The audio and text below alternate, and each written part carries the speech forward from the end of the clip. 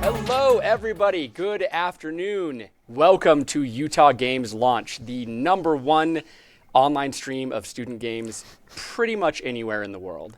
My name is Adam Hunter. I am the Industry and Alumni Manager here at the Division of Games at the University of Utah.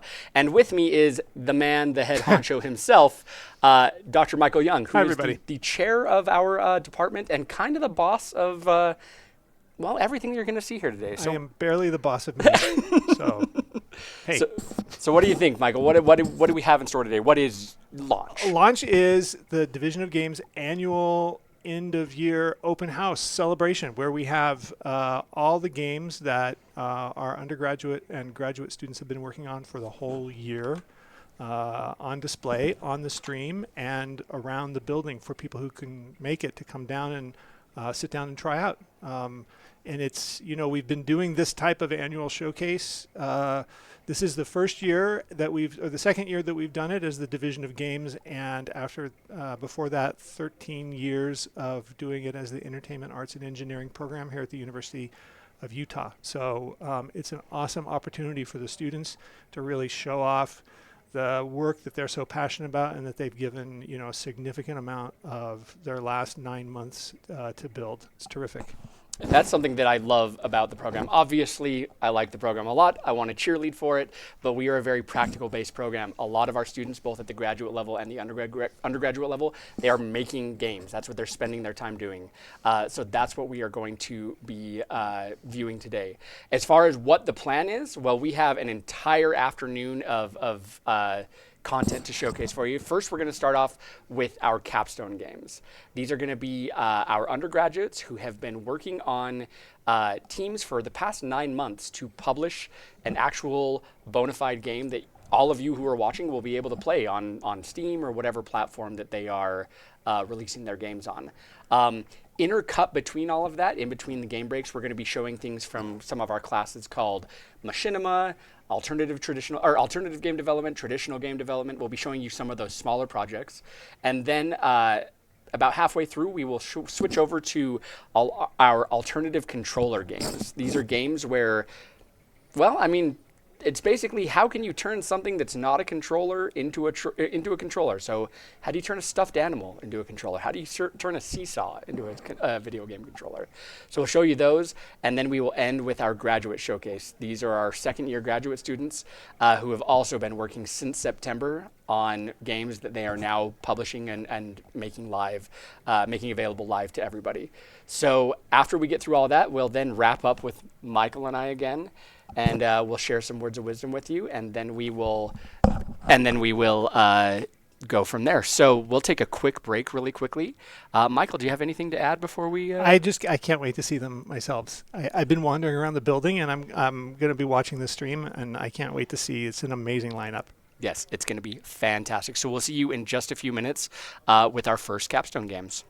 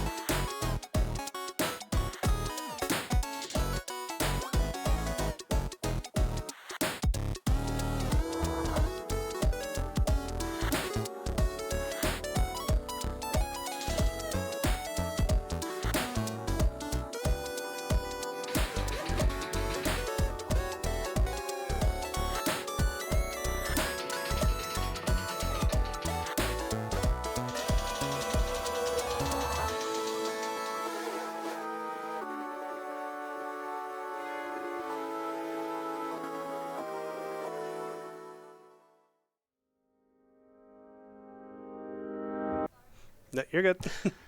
Welcome back, nerds.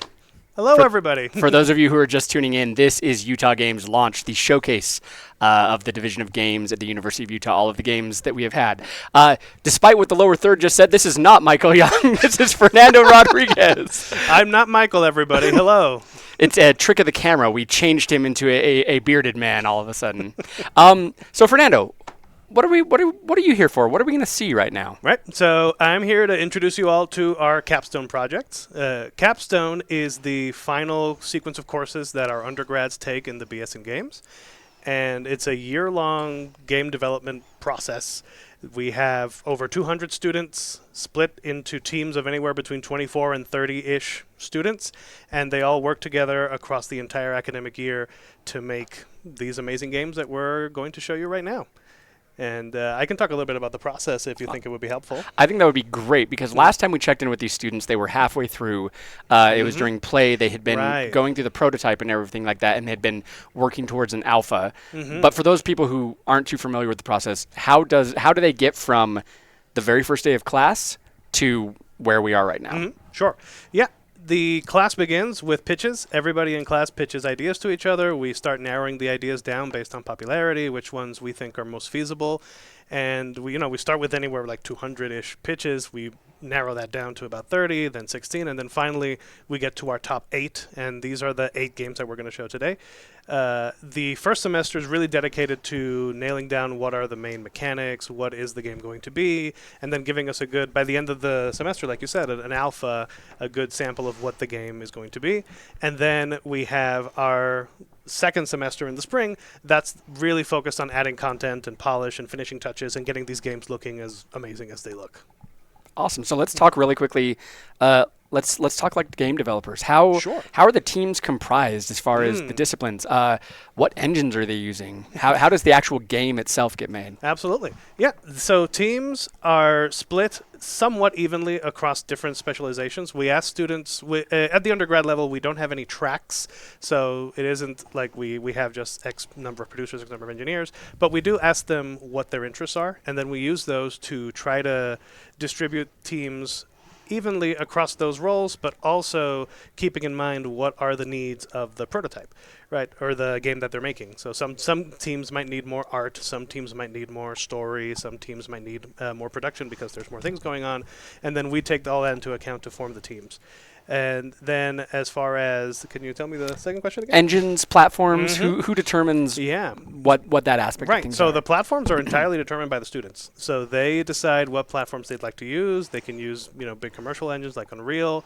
They could use something smaller like GameMaker. It really is up to the teams to decide the tools that they want to use and what works best for the game that they want to make. And we have a bunch of examples of games in 3D, games in 2D. Hey, look, my lower third has my name almost. So there you go. All right. So Rodriguez. Rodriguez, I guess is how you would say that, but that's neither here nor there. Anyway, so yeah. So if a team wanted to make a game in BASIC, I mean, it would be a challenge, but they could if they wanted They to. could. Like, we would not stop them. We would advise them against it. But if they really felt passionate about making their game in BASIC, more power to them. And something that I think that's really cool about the Capstone games is every year, like Michael said before, we've been doing this for many, many, many years. And every year, the variety of games and the mechanics of the games and the types of games are all pretty, not only varied, but they're all pretty darn unique and cool. So I'm really excited about this year to showcase what we have. Yeah, every year it feels like there's like a step up. I don't know what it is. We have so many cool ideas. We have such a variety of different game genres and game styles as far as like the visuals and the gameplay. And something to note is that these games, by the end of the semester, are published and available for you to play at home. A lot of these games are right now on what's called Early Access on Steam, which means that you can sign up to get notified for when those games are available to download, and then you'll get to play them. I kind of want to make this like an infomercial and be like, wait, you're telling me we can play these right now? Say, that's right, Adam. All right, well, let's get right into our very first Capstone game. To get prepared for this, Fernando, give me 5. Absolutely. Ooh, psych. You got me. Let's see our first gameplay. It is called Psych.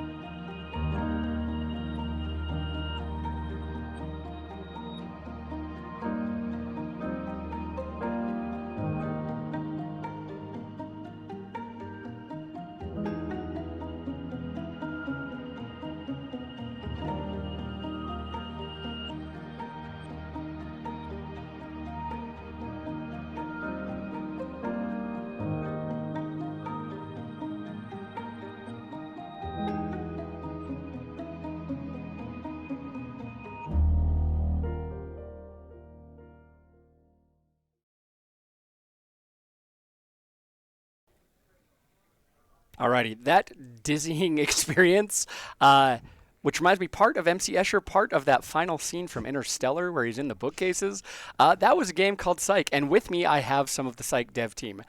Do you all want to take a moment, introduce yourselves, and what you do on the game? So this is Very close, very close. Go ahead. I'm Evan. I'm the design producer on Psych. I'm Alex, lead producer on Psych. I'm Peyton. I'm the art producer on Psych. Fantastic. And I think that's appropriate that the lower third was a little bit off because your game is nothing about, if not bending reality and things like that. For those who have only ever seen that trailer just now, what is Psych? What is it about? So the best way to describe it, Psych is a first-person puzzle game full of gravity-bending movement, and a bunch of unique puzzle mechanics, all sort of tied together by this narrative that follows characters through their lives. You mentioned characters. Are there multiple characters that you're playing as throughout the game? Not playing as, we just reference those. There's a bunch of Understood. notes, little secrets, little hints about what's going on. You have to piece it together. Okay, so right now it kind of makes me think, judging from, obviously I've seen this game throughout the years it's progressed. This is almost giving like a Myst vibe from back in the day, where it's a environment that you're exploring. You're still not quite sure what's going on. Things are maybe not quite as they seem. Is that a fair assessment to make? It was a very deep early inspiration for us to, I want to say, modernize and incorporate aspects of Myst.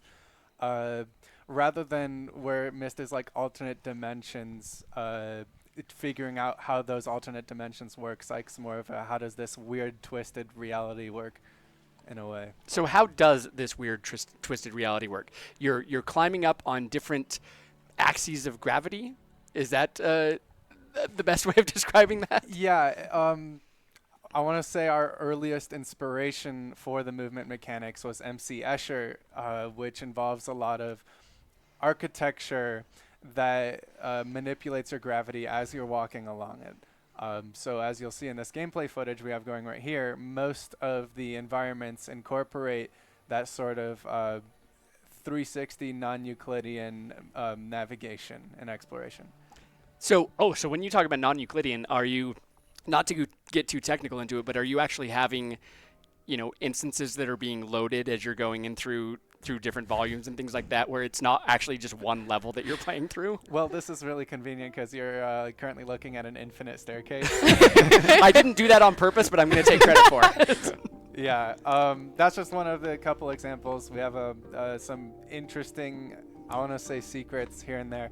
Very early in the game, and we skip past this, we have something called a Mobius bridge. You could probably mentally visualize what that might look like, but we'll save that for people who do end up playing the game from the beginning. The Mobius Bridge, it's got Jared Leto as a vampire. I'm pretty sure yeah. that's what the internet has told me about that. Yeah, it's Mobius time. So how did you mentioned, you started with kind of maybe the idea of modernizing something like Myst. How did, as you came from your very first prototype to where you are now, could you talk a little bit about that journey? What was maybe easier than you thought it was going to be? What was more difficult than you thought it was going to be? Were there any core pillars of design that had to be adjusted as you actually took it from your brains onto the page, so to speak? I think one of our big changes was sort of this increased focus on our, like as you're seeing in the game right now, all these like little puzzle box mechanics. We're more like you're manipulating things to make other things happen in the world.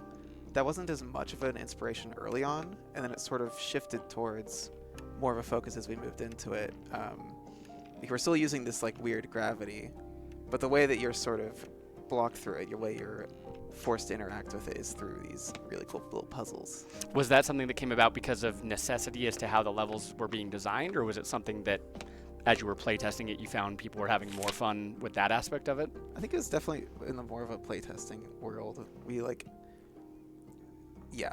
I want to say very early on in development, we decided, that's my name. The team decided, because we have like 3 Alexes, that we're going to make an Alex essential part of the story. I want to say that very early on, we decided that we wanted to make narrative elements present in the game. And so a lot of the content that you'll see here is mechanically and aesthetically, environmentally inspired by that narrative. So in some ways, the shift from some early Myst aspects into what you currently see is like, what makes sense to what the player needs to be doing in this part of the exploration gameplay. So I'm thinking back to like the very first prototype when it was all white box and it was all, you could fall off the map very easily. Do any of you have anything to say about the actual like engineering and able to make it so that, I know none of you are on the engineering team, but in order to able to make it so that you actually can switch gravity and so you aren't falling out of the collision of the level? There are some levels that definitely utilize falling off of ledges. Okay. But we try to keep them concise in certain areas. But for the most part, we try to create an experience that is open and the player can explore, but also moves forward through the experience in the way that we would like them to in certain situations. So we tried to incorporate both in right. some ways. On the like engineering side, I know that we spent a lot of time making that work, and then Unreal 5.4 came out, and it just has assignable gravity in it. So Shout out to Unreal, thank you. Yeah, A little too late, thanks. but we appreciate it. they saw what we were doing. They were They like, "That's waited. cool." They waited until we were done. They actually saw your gameplay footage and they were like, hang on a second, we should make this a feature. Yeah, we were cooking. We were cooking in the end. So tell me a little bit about your team breakdown. I'm seeing, pretty lush, awesome environments. I'm seeing lots of narrative elements. Obviously, a great deal of design work going into things like this. How many people were on your team, and kind of what disciplines were they broken up between? So we had slightly over 30 people, partially in thanks to the Berklee School of Music, which helped us a lot with our sound design and musical aspects. We have things separated largely into discipline, or for the most part of our development. So we have the engineering team, we have the design team, we have the art team. Narrative and sound were closely working together. And each of those teams had a producer that was coordinating and making sure that development was working aligned together, while the leads in each individual department and their respective team members drove the efforts in that area. So I want to say very early on in development, it was in a way a bit siloed, and it came together as the pieces, the blockers in some areas allowed for everything to be integrated together. Very, very cool. So I'm glad you mentioned Berklee. For everyone on the stream, we actually do have a partnership with the Berklee College of Music where their games scoring students, a number of them have teamed up with our student teams and have made composition tracks, sound effects tracks. So to everyone who's watching and everyone who's a fan of them, big shout out to them. Now regarding Psych, I had that, some people might say terrible, I say amazing joke that I did with Fernando Disparelli. How did the name come about? Okay, so I can speak to this. Initially, it was a play on words, and it still is in a way. Kind of like the gotcha element, but it sounds a lot like Psyche, like a character's psyche, which the story does delve into. But I want to say it's taking on a very new meaning recently, thanks to these two who very much came up with an insert in the narrative for that word, which I will not spoil here because it's amusing. It's a wonderful little inside joke Yeah. that we decided to take probably too far, but it's good and we like it. So if you want to know the true meaning of Psych, you have to play You Psych. have to play. You to have be to able play. Okay, I can dig it. So let's talk really quickly. I know we're almost out of time here. For those people who want to discover the true meaning of Psych, where can they find it? Where can they contact members of the team? How do people get to explore everything that you've made? We have it on Steam. Yeah. If you look up Psych, it's the first thing that comes up, which is pretty awesome. We've nailed the SEO. SYKE. Yeah. Yeah. Like it says, like it says over there, SYKE. SYKE. Yeah. It's on Steam. It'll be released probably early next month. So wish list, grab it. It'll be free, which is awesome. We all love free games, and we wanted to make sure, for no other reason, that everyone got a free experience. So, yeah, Take a chance on us. take a chance Have on fun. us. Have fun. Take a chance, as ABBA would say, take a chance on me. Thank you all very much. I am very excited to play Psych as it is fully realized. Because I remember when you had jumping at the very beginning, and that was making me a little bit dizzy. So I'm excited. I'm glad that you took that out. Take so your Dramamine. Sit down with a nice glass of water. that could actually be like your tagline, like Psych. Have a nice night with us and some Dramamine. Wait till you hear the sequel subtitle. Are you gonna share it with us, or are we gonna go out on that? Let's go out on that. Let's go out on that. Okay, there Psych it is. 2. All right, thank you all for joining me. That was Psych, and like they said, it is now available on Steam on early access. It'll be released next week, next month, and it's spelled SYKE, so you can look it up there. We are going to take a quick little break as we switch our teams, and we're going to show a highlight reel for you from a class called Alternative Game Development.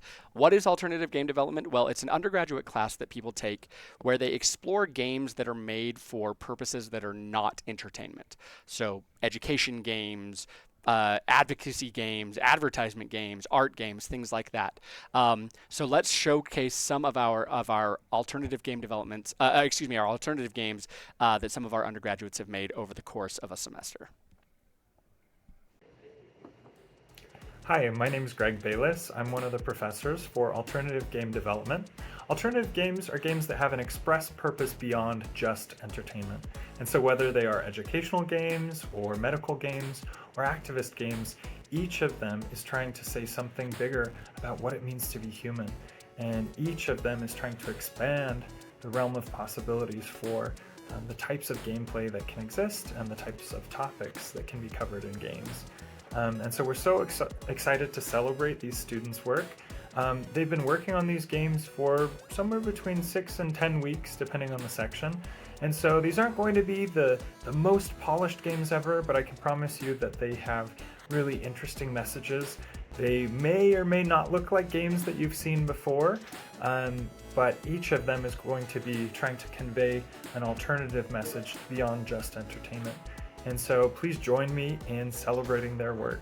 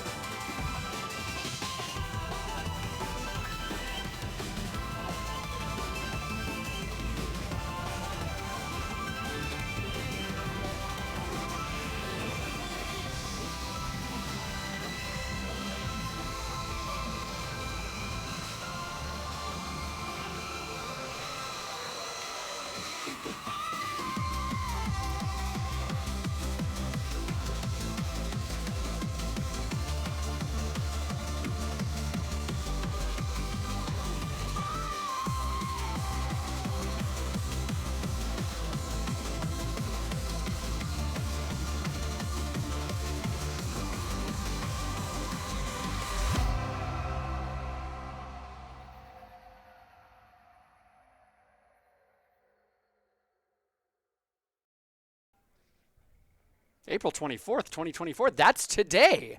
That oh my is today. goodness. You all just saw footage of Trash Pandemonium, and we are here with 3 members of the dev team. Do you guys want to take a sec to introduce yourselves, what you do on the team, and what your favorite species of raccoon? No, just kidding. Who you are and what you did on the team. Yeah, I could start first. I'm William Freeman. I'm the director on this project. I'm Nicole Sundberg. I'm a producer and an engineer. And I'm Kiefer Maples, and I'm also a producer as well as a designer. All right, so we just saw footage of what appears to be a crazy, frenetic, awesome party game. Beyond my terrible description of it, what is Trash Pandemonium? Well, I think the best way to put it is it's a white knuckle brawl themed around trash collecting. We wanted to really emphasize picking up trash, making it fun, and ultimately just spreading a positive message, I think, while just having a blast with your friends. I think that's a good way to put it. Yeah. What is the positive message that is being spread? That cleaning up Oh. trash is a good thing? Essentially, yes.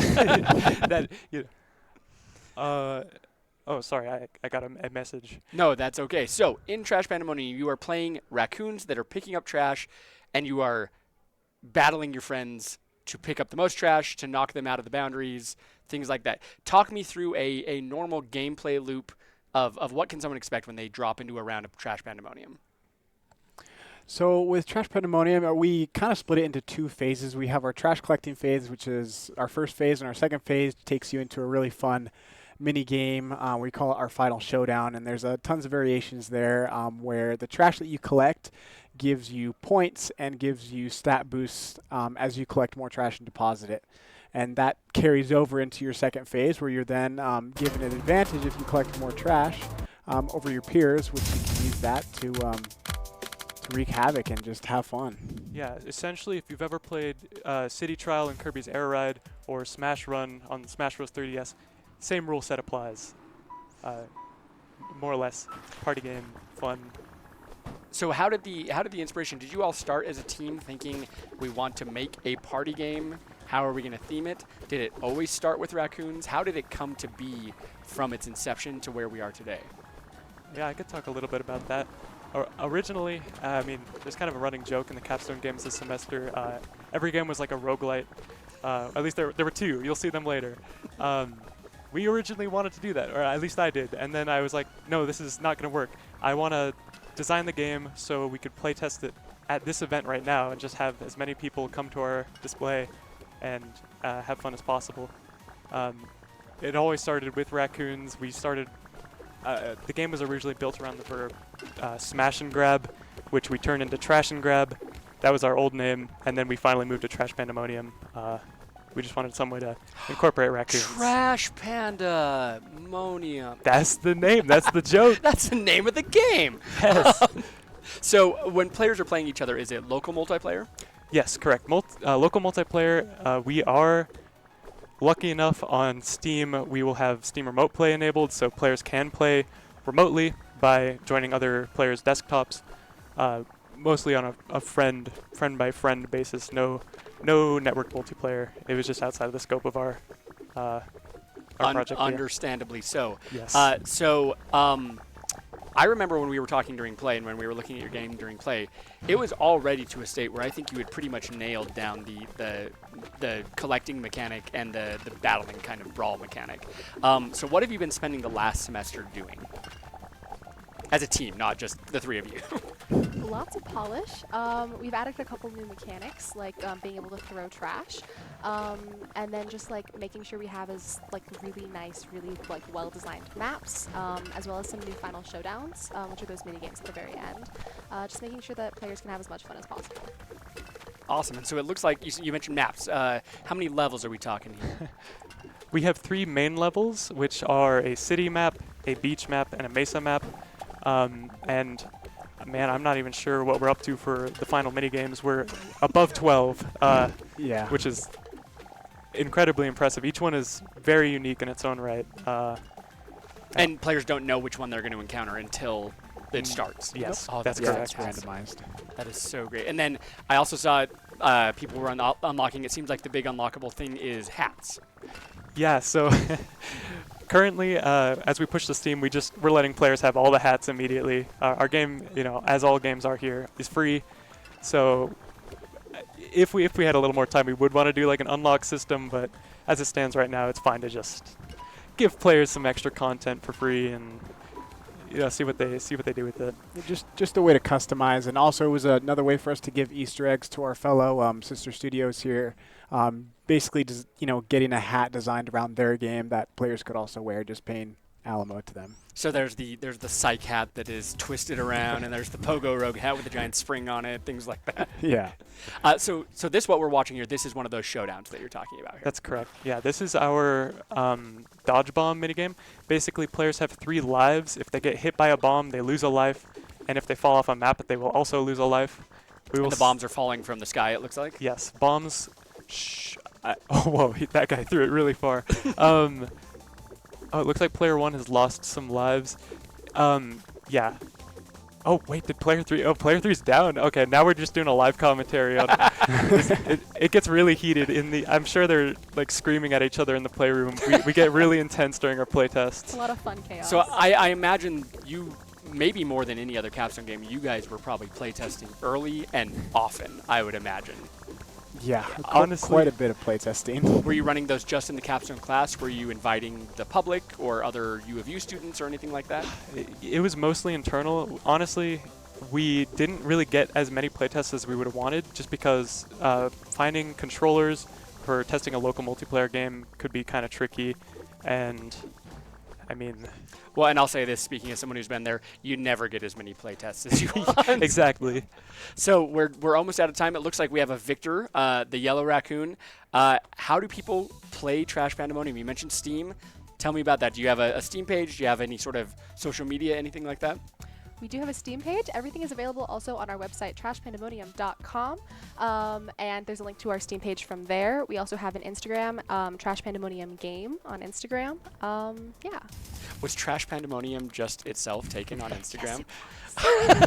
It's unbelievable. That is unbelievable. All right, everybody. So if you are in the mood for a awesome multiplayer raccoon brawler, check out Trash Pandemonium. It is available on Steam right now? Question mark? May 3rd. May 3rd. Okay, so it'll be on Steam next week. So thank you all for joining me here in the studio today. We're going to take another break while we get another team in here. In between now and then, we are going to show off some of our games from our traditional game development class. Traditional game development, like it sounds, is a class where students learn the process of how just regular kind of traditional games are made. And not only do they study them in class, but they also spend a semester making their own games as well. So we'll take a quick look at some of our traditional games, and then we'll be back with another Capstone game.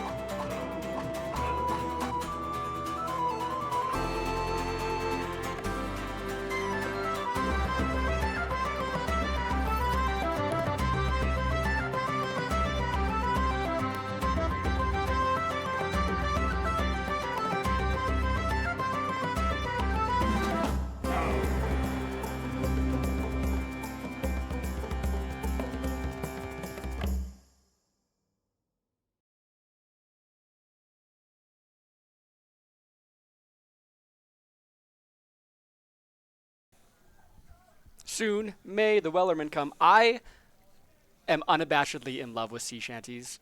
I know the whole internet was on fire with them for just a second, but I actually have a deep place in my heart for them, and you have now just awakened something inside of me, so I hope you're all very proud of yourselves.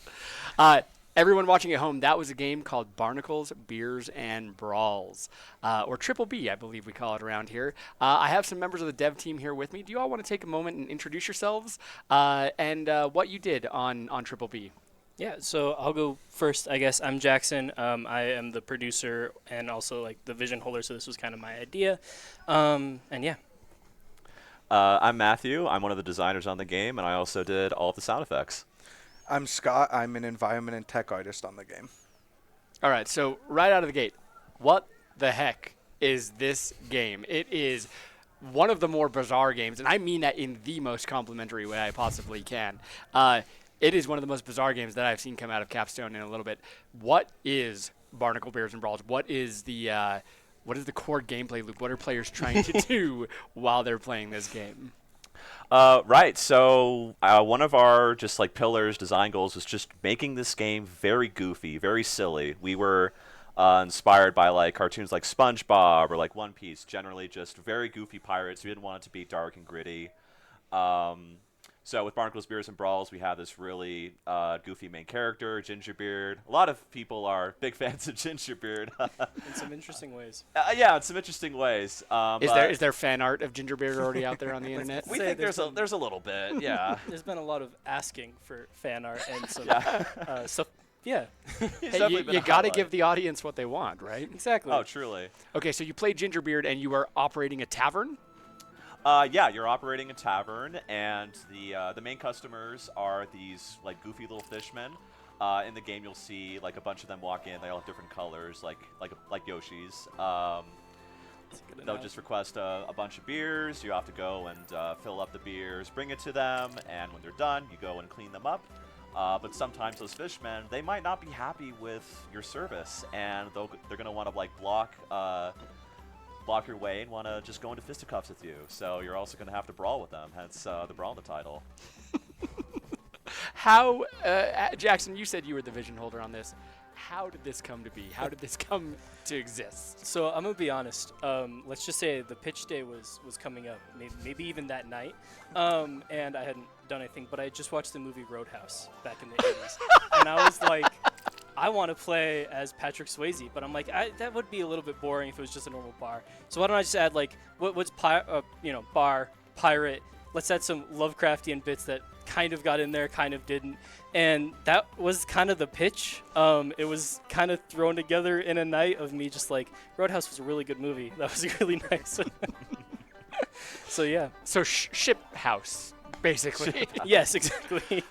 I have not, for as much as I've seen this game in production the whole year, I have never once put those two together.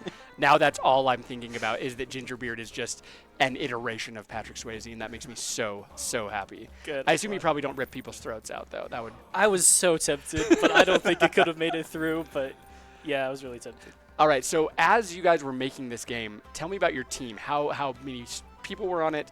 What were they all doing? Obviously, the art looks great, but one thing that I've learned as someone who's made a kind of micro game compilation before is that at the first you're like, oh, this is great. And then you're like, oh, dang, now we actually have to make just like 6 games. They're just small games.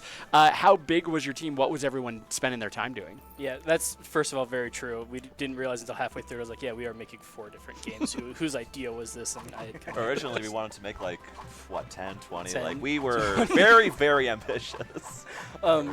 But yeah, we had a team of, I want to say a little under 30 students. Most of them ended up being engineers, and so we were able to split that pretty evenly between each of the micro games or just the overall polish and gameplay. We had an incredible art team, as you can see, that just absolutely killed the environment and the concept art and a lot of the 2D assets and stuff. And then designers who were mostly focused on how do we actually make this fun. I think we had the basics of the games in there for a while, and throughout every playtest, it's like, yeah, it's good, but how do we actually make it fun, make it like people coming back to it? And so that was definitely just a little bit of a challenge figuring all of that out. Definitely, first semester was a lot of storming and a lot of like figuring out what the hell are we doing, basically. But we made it work. I'm glad that you mentioned making it fun, because resource management games, I love them. A lot of them. Resource management simulation type games, a lot of people love them, but they're kind of objectively a hard sell, where it's like, hey, do you want to like clean up after people and like serve them stuff and do it for fun? But it really seems like you guys nailed that fun aspect, as far as this looks like an absolute blast to play. Yeah, there was a playtest, and I think for a while it was us trying to figure that out. How is our game fun? Is it fun right now? It took us a lot of iterations. Yeah, and I think there was a playtest where the professors were coming in and they were trying it out, and I think it was Greg specifically was like, yeah, there's a couple things here, and then he started playing through it to show us, and then he just kept playing, and then just kept playing, and we were like, did we finally nail it? That was a big win. That was a big fantastic win. day. So yeah, I think that's when we were like, okay, we made it, like, we're on the right track at least. So that was really nice. That is absolutely fantastic. So when you were running playtests, you mentioned Sister Studio, or one of the other teams mentioned Sister Studios. We haven't talked about that in all of our Capstone game. How does that work as far as in the Capstone class? How does the Sister Studio system work? So honestly, for a little bit, it was the Sister Studio. But I want to say, like, after a couple weeks, we all kind of just noticed every team was setting up in the basement. And so Sister Studio playtests turned into Global Studio playtests.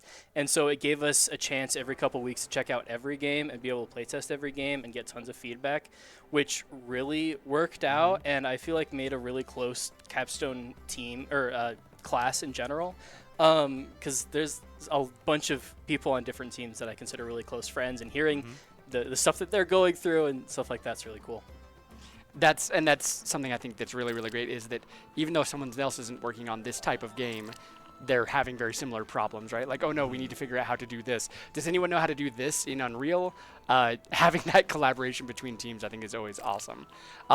So as far as gameplay goes, you're running this tavern, you're doing all this stuff. Is there an end state involved, or is it just you play and you keep on gaining resources and beating times and things like that? Do you eventually, I don't know, serve Cthulhu himself when he emerges or anything like that? That'd be a great stretch goal, but right now Barnacles, Beers, and Brawls has 3 levels, and here at the venue we have players playing through those 3 levels, and at the end you'll be given a high score based on how many points you get for all 3, and we have a really cool high scoreboard up right now, and just hoping that people can just get to the top. So how do they get to the top? Do they find you on Steam? Our game did launch on Steam today, so we are up and ready to go. We had it posted at the end of the trailer, but also you can just go to Barnacles, Beers, and Brawls on Steam. It's the only game that pops up when you type in Beers and Brawl, so you'll find And it pretty Barnacles, easy. that stands out a lot. All right, so people can go to Steam. Is there any other, does your team have a social media page or anything like that where they can follow, what has been your dev journey, anything like that? We have an Instagram that hasn't necessarily been the most updated because none of us really use social media. So if you want to go to an Instagram that has one photo, look up Barnacle Yes. Beers and Brawls. We also have our itch page, which does have all 3 builds throughout the time that we've played. So if you did want to go back, download all 3, they're like a gig at most, and just kind of space that out, you can definitely do that. And well, that's really, really cool for you to offer, like, hey, this is where we have come from and this is where we are now. I think that's awesome. So everyone who's watching, if you want to check out Barnacle Beers and Brawls, look on Steam. It's the only one that shows up. Thank you all for coming today, sharing your bonkers ginger beard experience with us. I absolutely appreciate it. Well, thank you. Thank you very much. Yeah, just thanks for everything that you're doing here. It's really cool. You stop. All right, we are going to take another break while we get our next team in here. In the meantime, we are going to showcase stuff from Machinima. What is Machinima? I'm going to do a very terrible job at explaining it, but Machinima is basically using game engines and game assets to make short films. Let's put it that way. It is a class that our undergrad student take. And much like with, or they can take, and much like with traditional game development and alternative game development, they actually make a project. So the projects you're about to see will have been made over the course of one semester by some of our undergrad students. So without further ado, let's go to some Machinima reels.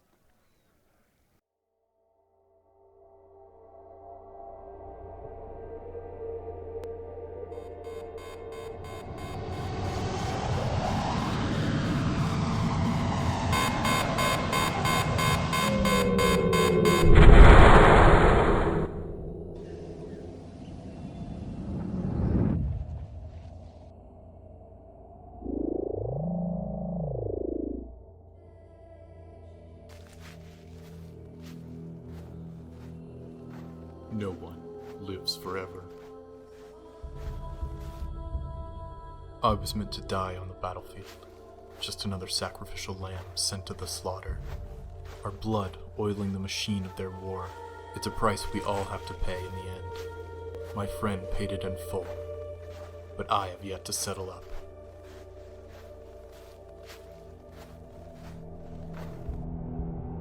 This world is on the far edge of the galaxy, not yet scarred by the Empire.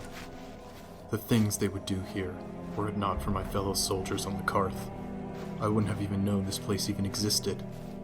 A small miracle, I guess. This place is old. Very old.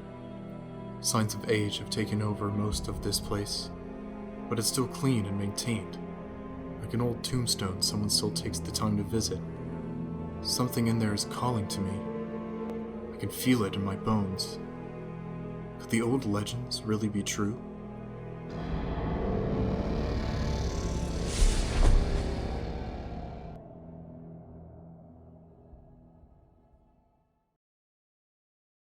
Hugo!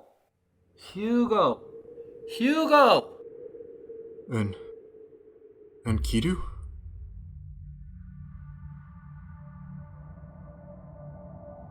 The old veteran told me this place was strange. I took a hard tumble and yet no injuries. And now I'm right where I want to be? Almost seems impossible. No, just unlikely. The odds did always favor me after all.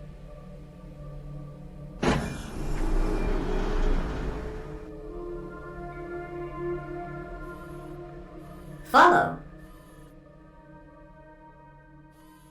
Come, please. Follow me.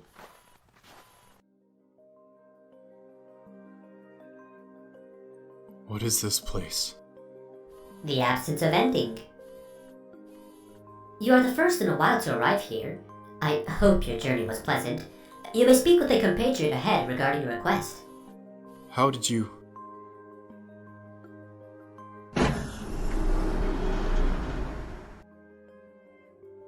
Hello, Hugo Varus. How did you know my name? I know many things. You are not so difficult to read. You have come to seek favor with us, have you not? I wish to know the secret of immortality. You do not wish for this. To wish to live forever, is a child's folly.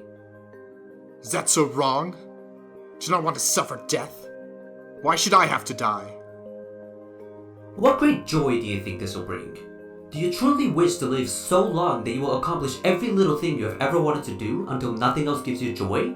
Do you truly wish to outlive all those you love and befriend, watching them succumb to a fate you are no longer subject to? Do you truly long for isolation, the inescapable hunger to be understood by people who regard you as little more than a living legend? Do you truly wish to outlive the world?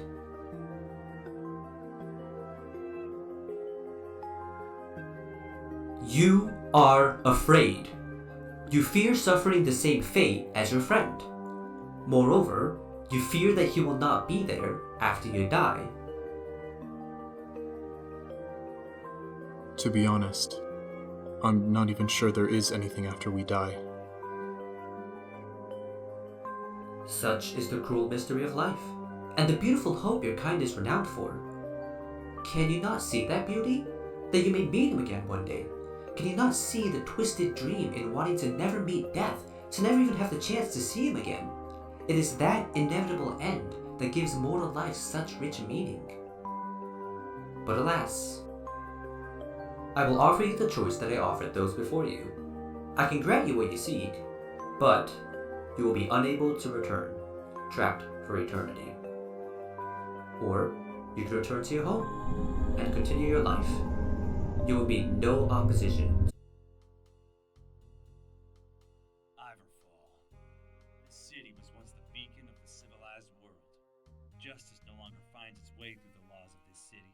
I'm prepared to risk it all. Even Iverfall itself.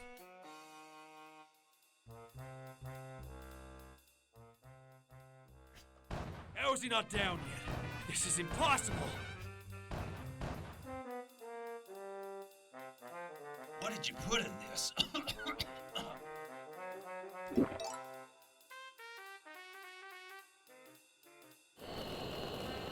Always grabbing the fancy guns, huh?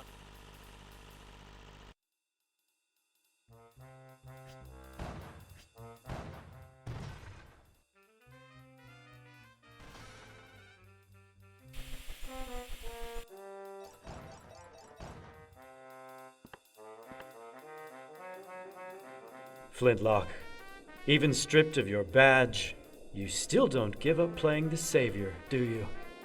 Enough talk! Let's settle this with our guns, Flintlock, as it was always meant to be.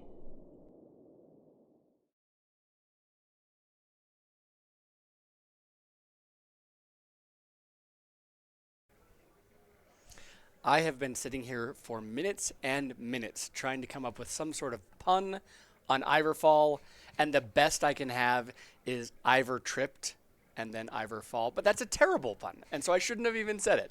But welcome back, everybody. The footage you just saw was from a game called Iverfall, and we actually have a couple members of the dev team here with us.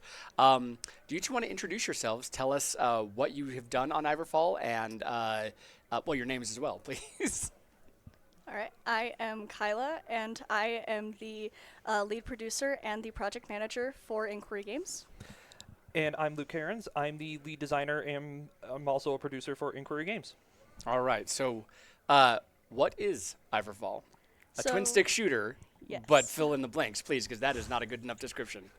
Yes, so Iverfall is a steampunk roguelike twin-stick shooter where you play as the vigilante Detective Flintlock as he uses his questionable methods, which include environmental destruction and weapon modifications, as he tries to take back the city from a corrupt political figure and his goons. I don't know if we'd call those questionable methods. I think those are pretty downright bad methods. But super fun to play as. Okay, so you play a detective who is searching for answers, who will stop at nothing as he explores this city. Iverfall is a very unique game. I know the game didn't always start out being just called that. Tell me a little bit about the title and the evolution of that. So it started out as Inquiry of Iverfall, which is what it. If you tuned in last semester, this is actually like what it ended up as. It was Inquiry of Iverfall at the time because initially when the game was conceptualized, the detective element was a lot more of a core gameplay piece for it. However, as time went on, we realized that people wouldn't have resonated as much with the detective elements as much as they like blowing stuff up. So ultimately, Shock. we ended up just dropping the inquiry, naming it after the city, and going from there. I think that's awesome. I think that's really cool because, don't get me wrong, detective elements can and often are amazing. But I find it awesome that you listen to your player base and you were like, well, let's adjust to what we're going to find that fun, right? So when you talk about finding the fun, Kyla, you mentioned weapon modifications. I know that is a big part of this game, as well as the destructible environments. Please tell us more about that. Yes, so you have your primary weapons, as you saw with the blunderbuss, the Tommy gun, and the sniper. Well, as you saw in the gameplay, you can destroy the environment, destroy the weapons, the enemies, and they can potentially drop weapon modifications.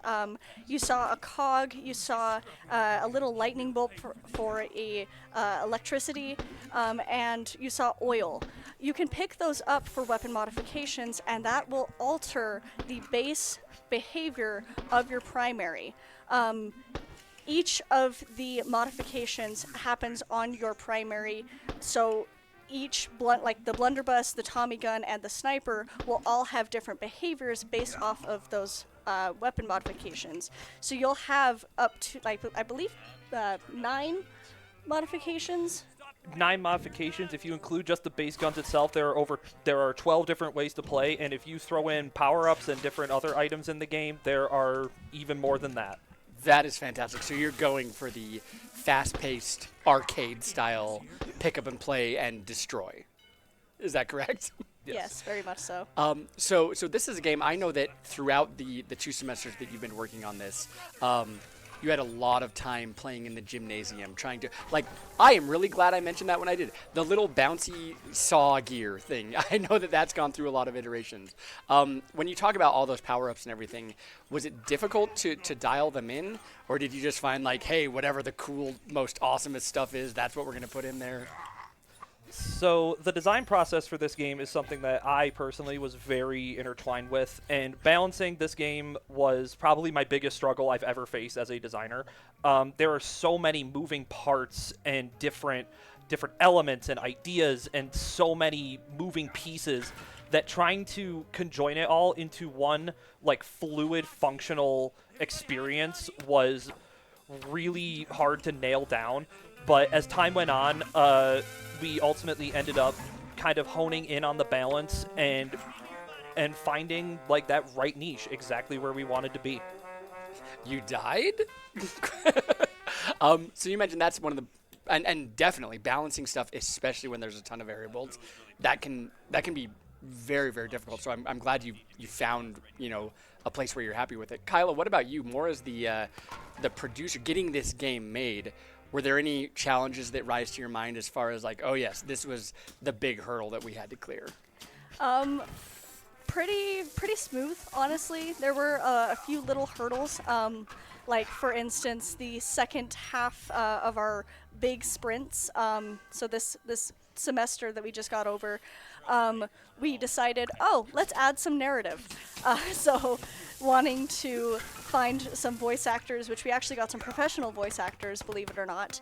Awesome. And getting that into the game, getting cinematics into the game, as you saw a little preview.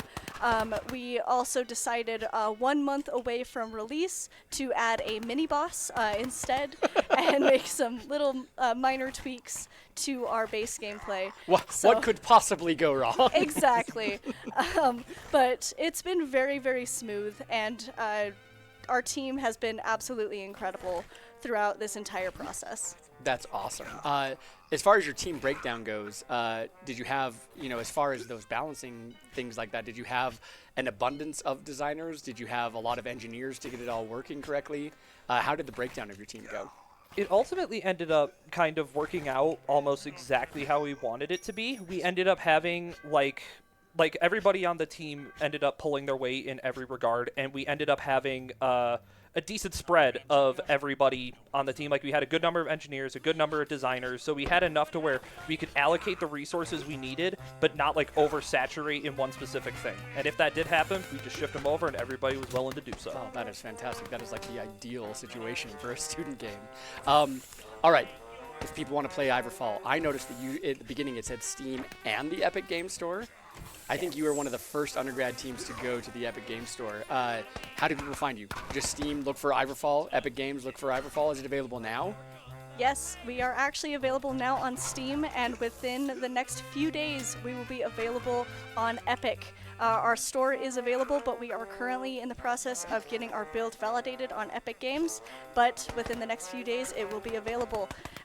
We are also, just look up on Google, just Iverfall, and we will pop up. Google actually recognizes us as a video game, so we are very available. That is fantastic. So everyone who's watching, it is available on Steam now. Open up Steam as we are talking and download it right now.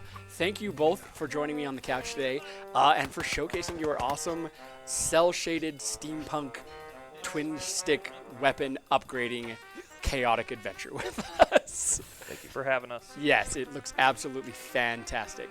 We're going to be back in a few minutes with another capstone game, but in the meantime, we are going to showcase some more. Right now we are going to be showcasing the festivities. As we mentioned, this is an in-person event as well as a virtual event. So if you're watching this and you happen to be in the Salt Lake area, come up to the U of U campus. You'll be able to see kind of the parties that are going on right now, including the amazing cake that we have. I don't want to spoil anything, but yeah, so if you're around, please come up and join us. We'll be here until 7 o'clock tonight. Also, really quickly, while I am here, I want to mention a special shout out to the UAC, the Utah Asia campus. It's a very long story, but for those of you who don't know, the University of Utah actually has a campus in Seoul, Korea, and they have game students there who are learning games just as they are learning games here. It's about 6 in the morning there, so I don't know if any of them are watching, but if any of you are from the UAC, welcome to the chat, welcome to the stream. Otherwise, everybody will go back with a quick break, and we'll check out some more capstone games.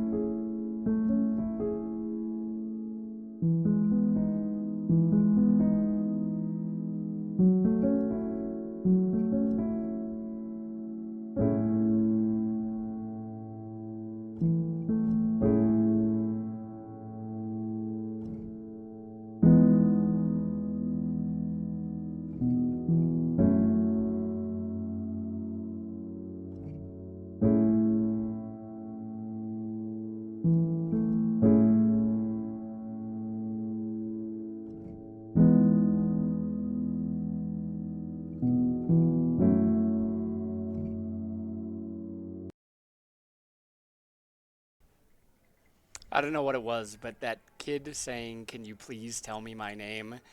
That struck like a horror inside me of like a fear that I didn't know I had about being a ghost but not knowing who I am. So thank you, team, for that one. What a great way to start this off. You all just saw footage of My Little Cemetery, and we have members of the production team here with us. Do you all want to take a moment? By the way, I just want to point out really quickly, it says Adam Hunter likes to hide in Dead by Daylight. It should be saying Adam Hunter is excellent at hiding in Dead by Daylight. I just want to say that to everyone in the production room. Now that we've gotten that out of the way, please introduce yourselves. Tell me your name and what you did on My Little Cemetery. Hi, my name is Joshua West. I was a producer. I'm Usagi, and I was a writer on My Little Cemetery. I'm Jalen, and I'm an engineer on My Little Cemetery. Okay, so what is My Little Cemetery? What is the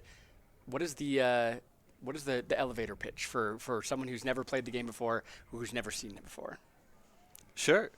My Little Cemetery seeks to juxtapose death with a cute and cozy atmosphere. So basically you start in an abandoned graveyard and you have to take care of it and get to know the ghosts and their stories and complete tasks for them to sort of help them pass on to the other side. That is absolutely fantastic. So what are some of these quests that you're completing? Cleaning off the headstone, for example. What are some other things that you're doing as you are taking care of this cemetery? Yeah, so there are 4 main ghosts, and all of them have quests that will help them pass on. So, for example, there's a lovely Victorian-era ghost named Laura, and she wants to make friends. So you introduce her to all of the different ghosts in the cemetery, and then there's like a little tea party. And there was a ghost tea party in your game? Yes. Okay, I'm leaving the stream. I'm going to go play it right now. You guys are on your own. I'm out of here.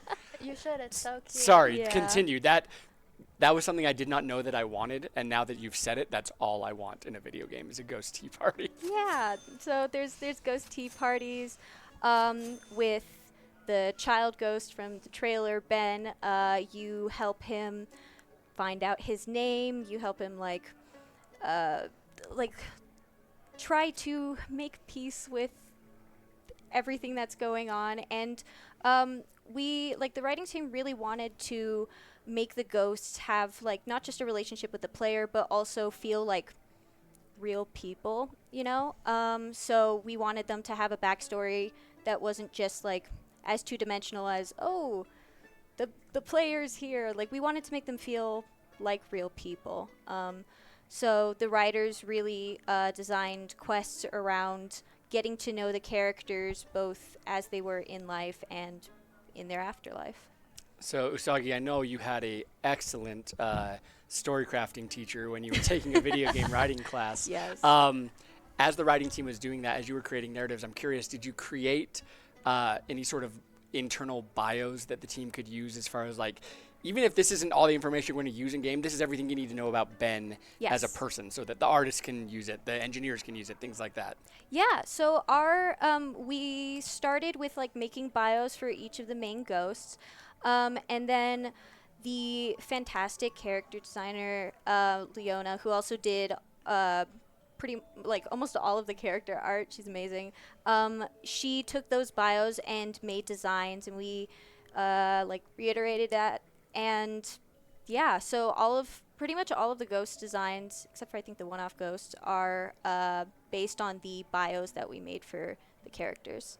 Very, very cool. Mhm. So, as you are exploring this, you said there's 4 main ghosts, but there's a whole bunch of there's a veritable ghost parade going through here. Yeah. So as you're taking care of, I also noticed when we were watching the gameplay, there was an inventory screen that had like flowers and things like that. So in addition to helping the ghosts, is there also the element of gameplay where you are actually taking care of the cemetery itself and revitalizing it? Yeah. That is a pretty big part. So in the daytime is mostly when you do like the kind of cleanup tasks, I guess. You plant flowers, and each of the ghosts have different likes and dislikes. They have items that you can gift them, and that will up their affection and help you get to their next quest level. Okay. All right. So I remember seeing the prototype for this a long time ago when it was basically just gravestone cleaning the game. Yeah. It's obviously come a long way since then. I'm interested from either the design or the production or the engineering side. Have there been any obstacles that you have encountered? Because I'm imagining this is where my mind goes. Oh, wow, this is a pretty straightforward game. Surely we can make it and there will be no road bumps. There will be no speed bumps along the way, anything like that. As you were creating it, did you have anything that maybe stuck out to you as oh, that's an obstacle we didn't anticipate, or oh, we actually realized once we started playing it that we needed to change X aspect? Do you have any stories like that? I think the biggest difficulty in our game was switching from a 2D perspective into our 3D weird isometric perspective that we have right now.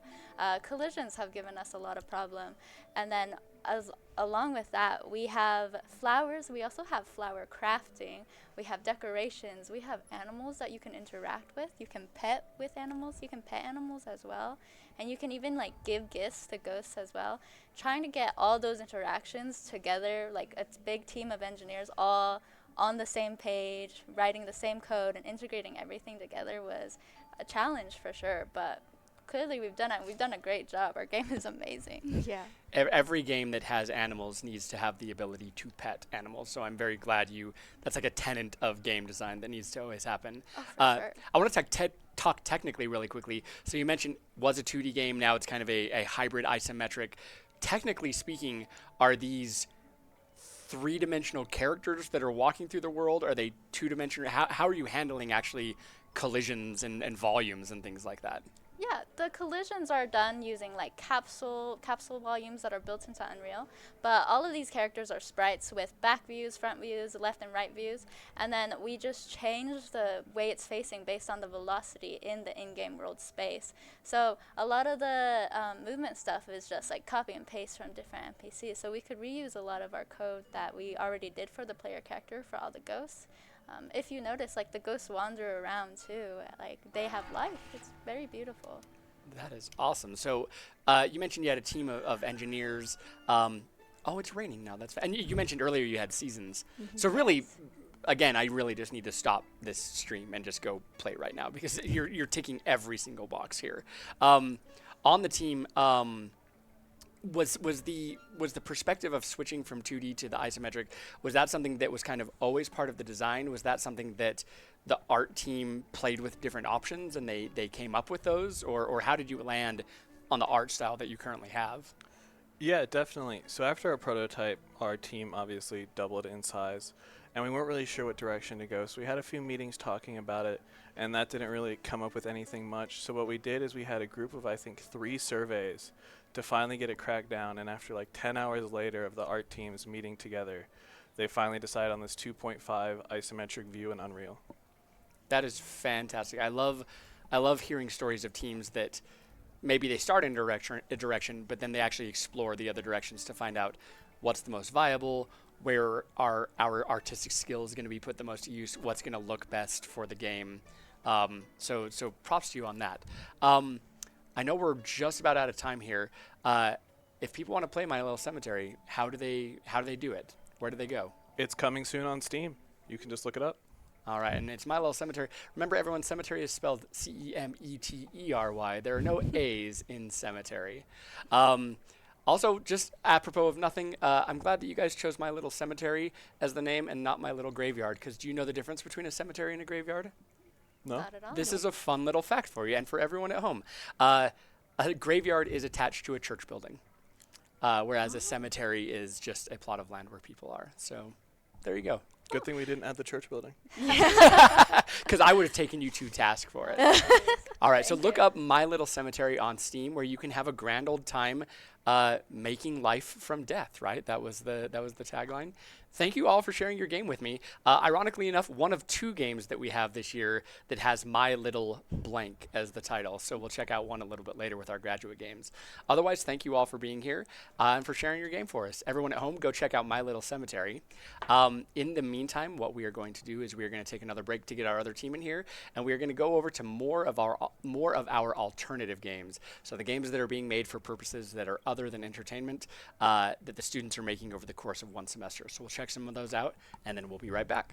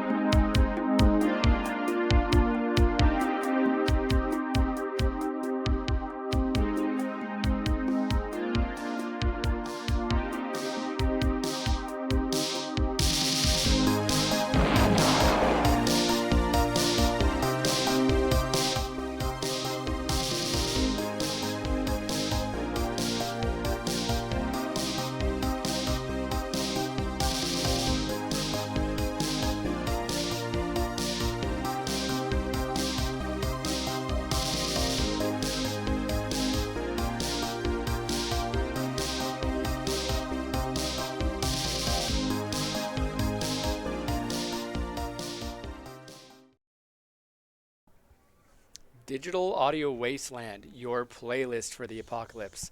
The 80s vibe is now awakening inside of me, so I might have to use words like rad and bodacious throughout this interview, and I will not apologize for it. We have two members of the DAW team with us here. Do you want to introduce yourselves, tell me your name, and what you did in Digital Audio Wasteland? I'm Owen. I'm the, I guess, vision holder for the project and doing a lot of design and production work alongside that. And I'm Jesse Hooper. I have been the lead designer and more or less just been kind of overseeing the design process for most of this game. Okay, so you're the perfect people to ask this question to. And the question is, what? And what I mean by that is you watch that trailer and it looks amazing, especially Big Dave. He is now my absolute favorite, whoever Big Dave the Pigeon is.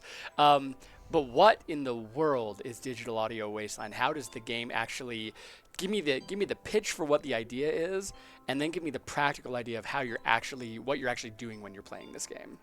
Yeah, in short, Digital Audio Wasteland is about exploring this like ruined post-apocalyptic world and scavenging those ruins for music, for little bits of audio that you then combine and mix around to create like world or at least level altering effects. So not to interrupt you, but just right now in the gameplay we saw yes. water dripping. Yep, collecting that water drip effect, and that's been added to their collection, and now they're turning on some pipes and getting the sound that's now coming out of that. And now you can see in that mixer they just pulled up, they have those 2 tapes in their collection, and that would allow them to put them in there and create what we call Little Buddy, which is kind of like an avatar of that music. That is the like way that you can affect the world. Okay, and so you create a Little Buddy from making different mixes, and then those Little Buddies have different abilities or ways to interact with things? Yeah, one of them that you might see from those tapes is going to allow him to like turn on this old arcade machine and then get the sound of that machine booting up and starting to kind of whir back to life. Yep, this is what we call Bolt Buddy, more or less. Each individual piece of music that we have 6 different combinations between Bolt, Building, Brain Buddy as what he's about to make right here. Each one has a different purpose to kind of serve as a means of getting through the world. Metaphorically speaking, they're also kind of manifestations of different genres of music. For example, with Breaking Buddy, that's about to be shown right here, music can be cathartic and can be tension relieving. And so, sometimes music makes you want to break stuff. Limp Bizkit is to be believed for sure. Yeah, absolutely. So a lot of the planning that went into making these buddies really was just focused on what would music do if it was actually a living, breathing thing? I think that is such a bonkers way of thinking about that, because I remember being here for the initial pitch of this and everything like that, and I love the idea of kind of personifying music, talking about what music could physically do in the world. So here's a question I have for you from the design side. I know people had addressed this kind of earlier on, is that how do you know which buddy you need at what moment? Is it you're presented with something and then you're trying to think back, okay, wait, I have a break buddy and I have a bolt buddy? Are you encouraged to experiment with different mixes? How does that whole creation work? I think it's a bit of both, where we do want to encourage that exploration and mixing as people just kind of make fun music with it. But we do a lot of signposting with just like, oh, these are the colors of the tapes you want to use, and also try to lean on, in theory, some of it being intuitive, like, oh, here's a sparking machine. A bolt buddy would probably be useful there, or something broken, a building buddy might be good. That's really good, because the next question I was going to ask is, what if you are, let's say, musically disinclined, like myself? And what I mean by that is you can appreciate good music, but you can't sing or play a single note of it. I'm glad to hear that there are additional visual cues and contextual cues that help you do that. It is actually kind of funny. I do want to point out to everyone at home that all of us here in the studio right now, we actually can't hear the audio of what's being played in the stream right now. So you guys are talking about all this like rad music, and I'm like, yeah, I bet it's rad. I bet it's cool. I've been listening to it for 6 months. It's cool. I can say I have had the soundtrack that will eventually be on some form of online playlist, you know, be it Spotify, Bandcamp. I've been listening to this nonstop, you know, as Owen has said. I think that I will never forget these tunes. So how long, when you're mixing these things up, are they making, you know, little 5-second segments that are turning into these buddies, or could you presumably leave that like mixing station open and play whole multi-minute tracks? So more or less, how the mixer has been designed is if you decide you don't want to make a buddy, you can just leave the tapes in there and it'll keep on playing. Oh, that's awesome. So you notice there's 6 different slots. You know, one of the design challenges we had was figuring out, okay, is there more of a reason to use more than 2 buddies, or sorry, two tapes to make a buddy? And we realized that more or less it's just the fun of mixing and making some groovy beats. I'd say that, you know, overall, the amount of unlockable stems could reach up to around 126. Naturally, they are not all currently available, but we've just decided to put in as much music as we can, and so at some point there will be the ability for players to just kind of just take all that music and just go ham with it. That's awesome, because I'm not great at math, but all of a sudden I'm being like, wait a minute, 2 tapes, 6 slots. That's ballooning pretty quickly into some really, really awesome potential combinations for music. How big was your audio team to make all this stuff? On the team directly, we had one extremely excellent composer named Joe. Shout out Joe. We also worked with some local bands in Utah as well. Really? Okay, how did you go about that? Did you just put the call out and say, hey, we're working on this really awesome audio-focused game. You want to be part of it? Did people on your team know members of bands? How did you get that involvement? I think you're the first team that's ever reached out to kind of local talent in that way as far as music goes. Yeah, we actually, another shout out to Maslin, our audio production lead. Also, sorry to interrupt, it just said Shirt Reynolds, which I think that is now first place in the pun list. So we'll see if any of the other teams can beat it. I apologize. Please continue. No, you're totally fine. Yeah, Maslin has been great with kind of. I believe that some of the people that she's known were some of the first people that she outreached to. But in those discussions, I believe that she was also able to reach out to more people. I wasn't involved in that process that much, but I would say that we have at least 5 different individuals or groups that had come together and produce something for this game. That is awesome. But you know, you mentioned Shirt Reynolds. You know, a big part of our game really is just like the comedy and the atmosphere, but also just the characters you meet along the way. Big Dave. You know, you got Big Dave. We have an entire cast of Daves. We have Rathu McConaughey, Skate Winslet, Ducky, and just Ducky. Where can people play Digital Audio Wasteland? Where can I find it? Do you have a Steam page? Do you have social media? Yeah, we got a Steam page. It has not released yet. You can wishlist, but it will be releasing within the week. Okay. Everybody head over to Steam and look for Digital Audio Wasteland if you want a rad music. What is one, if you each had to choose one adjective to send us out, what is the one word that you would use to describe this game? Goopin'. It's a pretty bitchin' game. If you want a goopin' bitchin' game, check out Digital Audio Wasteland. Thank you both for being here with me. Everybody check it out on Steam. We are going to take a little bit of a break here to get our next team in. In the meantime, we're going to play some more of our traditional games. These are games that undergraduates have made over the course of a semester. So we'll check out some of those and we'll be right back.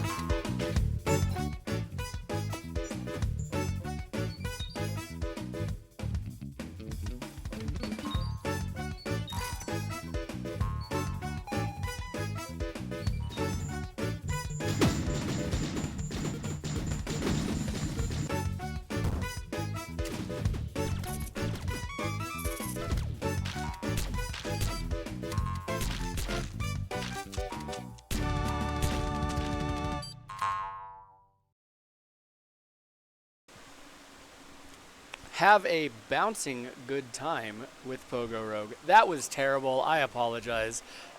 But no, I'm not going to apologize. I will own it. That was Pogo Rogue, and we have a couple members of the Pogo Rogue dev team. We have 2.5 members of the Pogo Rogue team with us. Do you guys want to introduce yourselves? Tell us who you are and what you did on Pogo Rogue.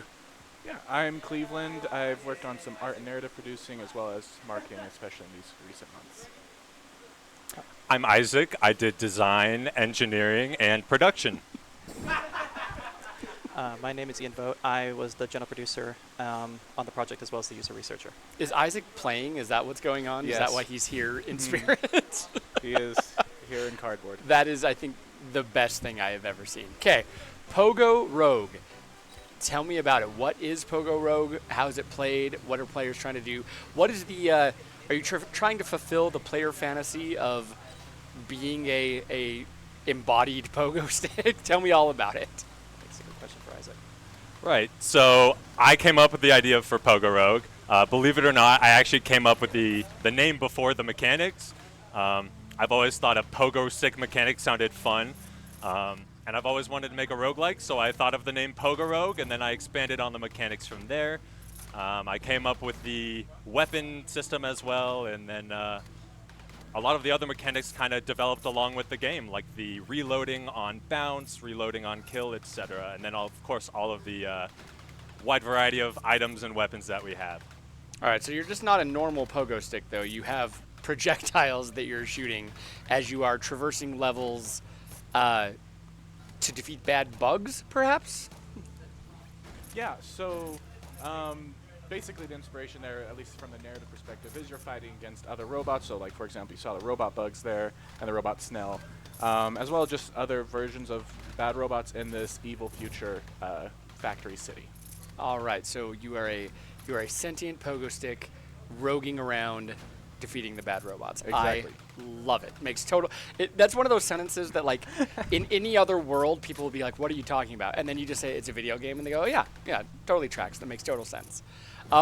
So I was fortunate enough to be with Pogo Rogue, to be in kind of the initial meetings when it was being proposed, and I know one of the kind of concerns that people were voicing, not concerns, but they were saying, you know, is this a game that you just make in like a weekend? How do you go beyond that? And you guys have obviously turned it into something that is deep and rich and fantastic. As you've been making it kind of this bigger thing, have you encountered any things that were particular challenges that you weren't anticipating, or did you stumble across any kind of gameplay mechanic or anything like that you only knew about once you made it? Anything like that? I can take this. So in terms of the problem with, like, is this really a game that can expand out to whole semester? I actually think this is like the perfect kind of game for this program because it's such a solid base to build on top of. One of the big reasons I even joined Pogo Rogue in the first place was because I saw that it had such a strong foundation that you could build a ton of stuff on top of. One of our earliest design meetings was like, okay, we have our base, the Pogo mechanics, they're really solid. How do we expand upon that, right? Rather than having like an initial idea but not really showing how to like go forward with it. For sure, yeah. And so as you were making it, you know, Isaac mentioned, you know, we had the name before we had the mechanic, and then the Pogo mechanic was solid. The first question I want to ask is, did you play the original DuckTales video game to look for the Pogo mechanic that was used there? But more importantly, the question is, was the bouncing mechanic that was part of shooting always part of it, or was it originally just a bouncing mechanic and then shooting was added later? So I think the shooting mechanic came after the bouncing mechanic. I always knew that bouncing would reload the weapon as soon as I came up with the weapon mechanic. But to answer your first question, no, believe it or not, I have not played DuckTales. Cut his feed. He's done. Oh man, DuckTales. That game is so awesome, and it actually legitimately has a great pogo mechanic. Scrooge McDuck bounces on his cane.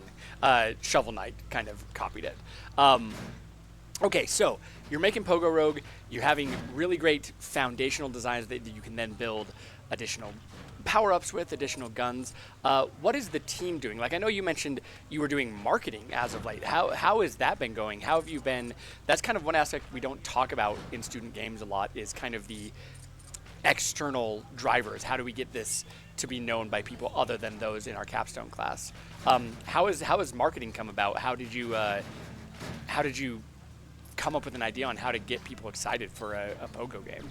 Yeah, so very fortunately, throughout the semester, we have the opportunity to read these dev talks made by actual, developers within the industry, and some of them talk about marketing. So we've tried to implement those as it's come about, and we've definitely found some success. We were fortunate enough to get a couple articles written by some places in Japan.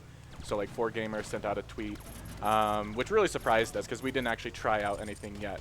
And then we've also been trying to send it out to different influencers, like on YouTube, as well as just other publication sites to get some, hopefully get some more eyes outside of, the University of Utah on it. And so far, things have been going decently well, and we hope that it can continue with that momentum. That is amazing. I think it's really funny how, every year there will be those one or two teams that they're like, oh yeah, this game was played by someone on YouTube and it got big or whatever. I don't think I've ever heard of like a Japanese magazine picking up one of our games before. It's been interesting. I think right now, when it comes to interest in the game, at least with Steam metrics, only about 50 to 60% is actually from America, and then it's like 20 Japan, then 15 Hong Kong, and then like 10, I can't remember, Russia, I believe. So it's like, it's pretty interesting with how diverse it is. That is really, really interesting. I imagine you probably found out those mechanics later in the game. And what I mean by that is, I could see a world in which someone says, oh, we're doing really, really well in X market, and that's what they expect this type of game. Did you adjust any part of your game based off of where your kind of new perceived market was? No, we've had a pretty solid idea of what we wanted to do basically the whole time. One of the strongest parts I think of our game is our strong sense of production. We've been very, very clear about, okay, these are our goals, this is what we want to accomplish, and maintaining the same scope throughout. There hasn't really been any moment where like a mechanic has like come up or like something from like another market has like made us think like, oh, maybe we should change this. We've been pretty solid in what we've wanted. Props to you, by the way, on doing that, because this is, like you mentioned, this is a game that is great for a program like ours because it starts with a solid foundation and then is built. The thing that gets scary about that is that it all of a sudden goes scoped out of control and into oblivion. So props to you for actually just making a game, because this very easily could turn into something that, oh, there's 20,000 cool ideas about it. We want to do every single one of them. So good work on that one. Okay, so now here's a good question. How does I mean, I'm going to ask, where where it's available and things like that. Is this played on a controller? Is this played on a mouse and keyboard? How are people actually playing this game physically? So we Is recommend there an playing actual this game. pogo stick that you have to play on? No, that's coming in the next update. But we recommend playing this game with a controller, but it can be played with both controller and mouse and keyboard. Fantastic. And then how do people find Pogo Rogue? Well, we actually just launched on Steam this morning, so it's available on Steam right now under the name Pogo Rogue. And remember, Rogue is spelled R-O-G-U-E, not R-O-U-G-E. That would be Pogo Rouge, which Classic would be mistake. a very different, I don't know, would it involve Ewan McGregor and Nicole Kidman in France? I'm not quite sure. We're in contact. That's going to be the movie, right?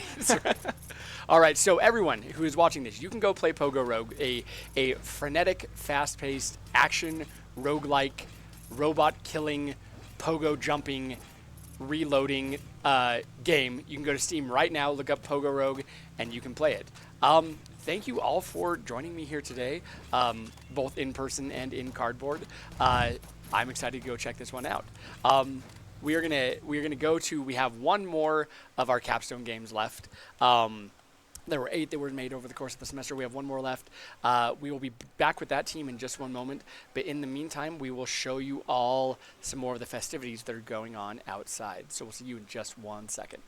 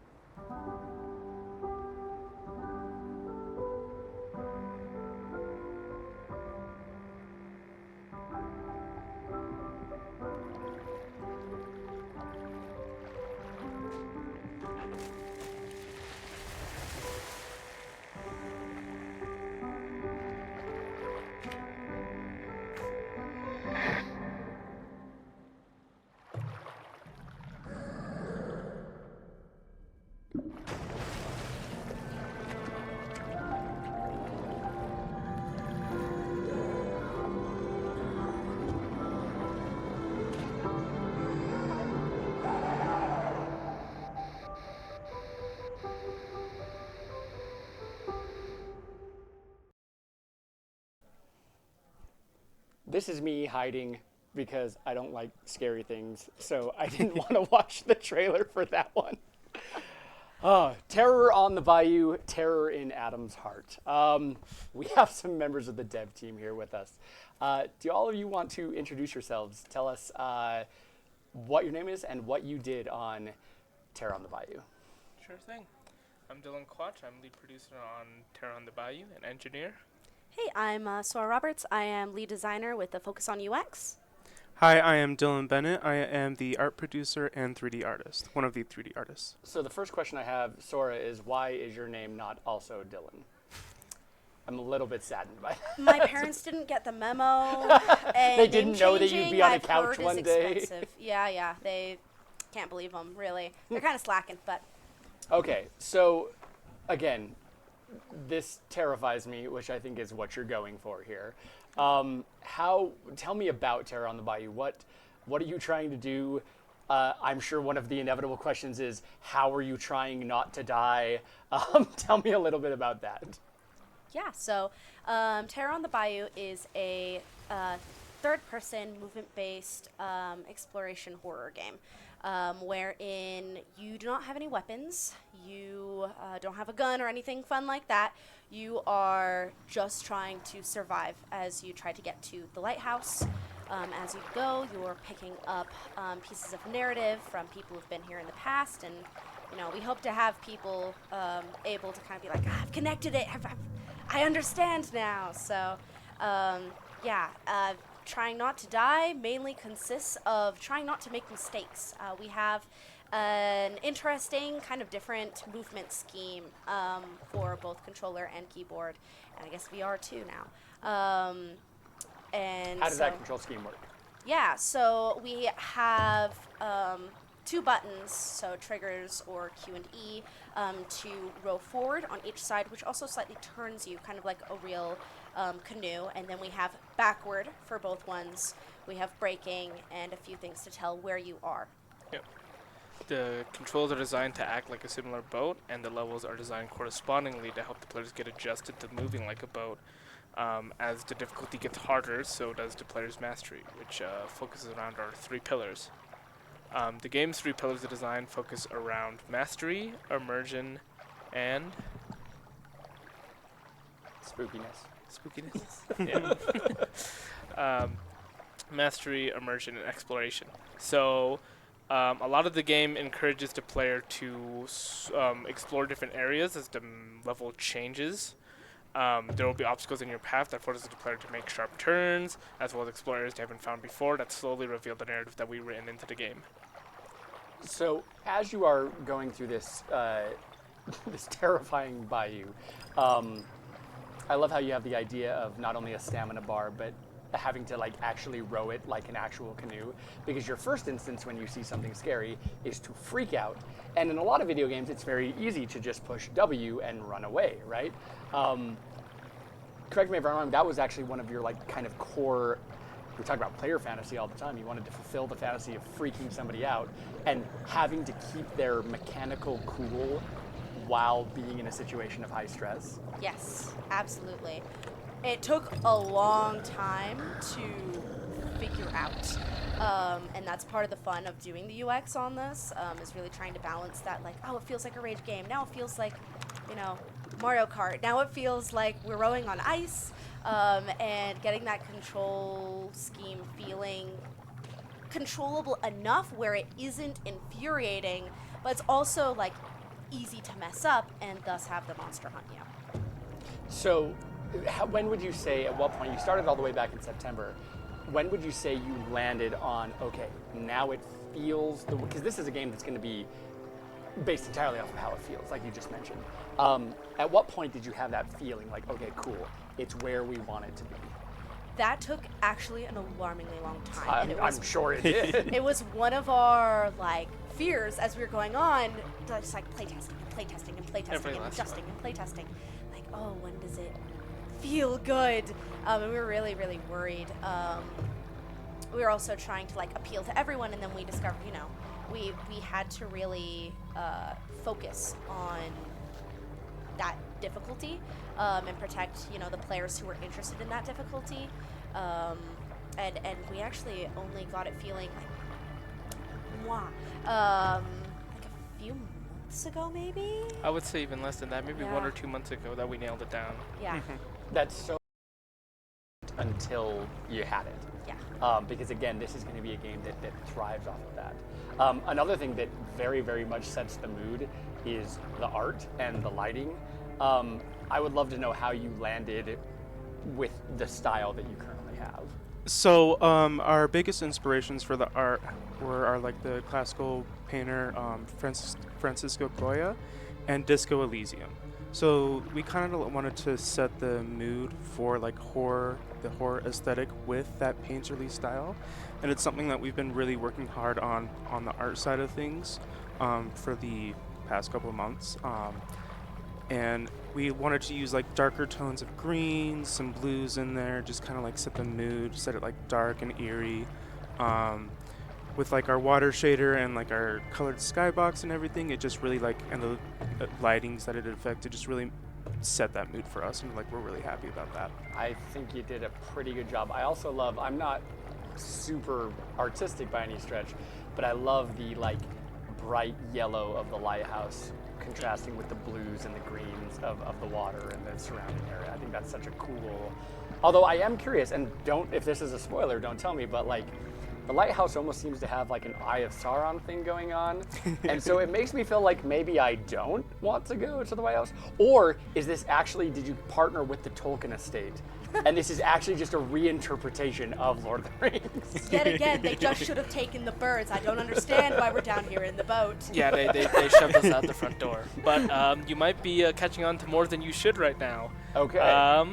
That's why they pay me the big bucks after all. You could find out more about our story coming up in late May. The demo right now is only the beginning of our narrative, but we have more content planned to be fleshed out when the full game releases. Fantastic. Now, before we point everybody in the right direction, Sora, you mentioned VR earlier. Yes. What? Tell me about VR in this, as if I'm not already scared enough. Yes. So one of our incredible engineers was like, hey, over winter break, was like, I'm just gonna crack out a quick just a little beginning to VR mode, just do it for fun, and so that was a thing, and it was a really pleasant surprise how incredibly it's no surprise that VR is immersive, but we're like, oh, that's kind of cool. So we've kind of had that going on in development alongside the main game.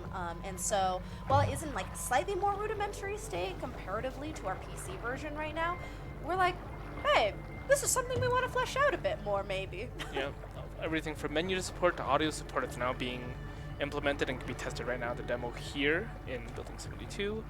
But it's a blast and a big hit with a lot of people. It started off as a small feature, but it's grown rather robust over time, and I'm seeing that it can be fully implemented for our launch. I cannot tell you how many games I've worked on that have had features that started out with someone saying I wonder if I can do this. Oh, cool, it worked. Let's see where it ends up there. I think that is absolutely fantastic. And like they just said, if you are here in the building, if you're here in the building, you're probably not watching this, but if you're tempted to come to the building, you can actually play it in VR today, right now. Okay, so people can play it. You say it's not available yet on Steam. The demo is, but not the full game. Do they just search for Terror on the Bayou? Our Steam page is delayed at the moment, but we are on Gotcha. other platforms. Please tell me about them. You could find us on itch.io at the current moment. We have a link tree and social media that you could find and access needs for us for. But in terms of actual playability, that's about it, unless you know one of us in person and you can reach out. So either reach out to one of the devs, look on itch.io, or just Google, I'm sure, Terror on the Bayou. I can't imagine there's... Actually, I was just about to say, I can't imagine there's too many scary things that have happened on the Bayou. I cannot think of a place that is better fit for scary things than the Bayou. I would bet so. Yeah, so just Google with caution, I suppose. All right, and then you said late May, right? That's what you're aiming for your full release. So check back in a month, everyone, and you will be able to be scared senseless. Thank you all for spending time with me on the couch. And thank you all to the entire Capstone class. We just got through all 8 of our games. To recap, they were Psych, Trash Pandemonium, then we had Barnacle Beers and Brawls and Iverfall, we had My Little Cemetery and Digital Audio Wasteland, and then we had Pogo Rogue and Terror on the Bayou. All of them available in some form or another online, either right now or within the next little bit. For those of you who are in the chat, please check out, I'm motioning to the screen as if you can see the chat. Please check out the games. Everyone has had a link to where they are. And please check them all out, because not only have the students worked really, really hard, but I genuinely do mean this where I say that every year our games get better and better, and I think that this year is absolutely no exception. So check out all of our games from our capstone class. We're now going to take a slightly extended break where we are going to then switch over from Capstone to our alt controller games. I mentioned those a little bit earlier, but these are basically games that are played with controllers that are not a traditional keyboard and mouse or handheld controller or anything like that. So we'll talk all about how those got made. So in the meantime, I think we're going to have a few machinima reels. So enjoy those, and then when we come back, we'll be talking all about alt control games. So we'll see you in just a bit.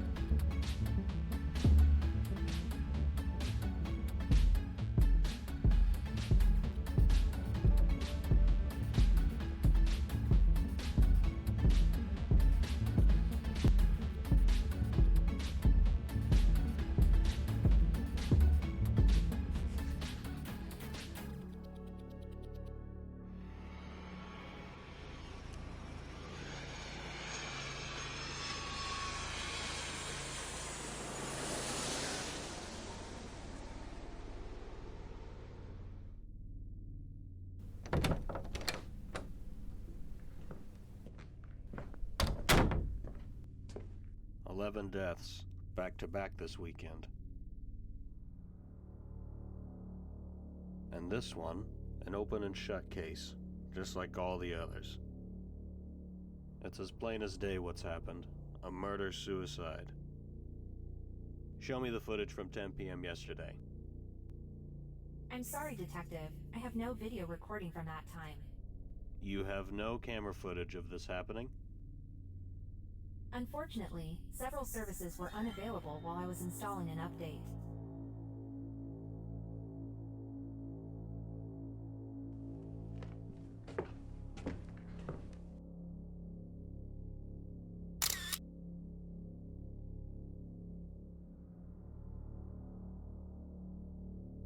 There's something else going on here. 11 cases in a row, all with scenes that could have been taken straight out of the textbooks. Completely isolated incidents with no common factors, except for this.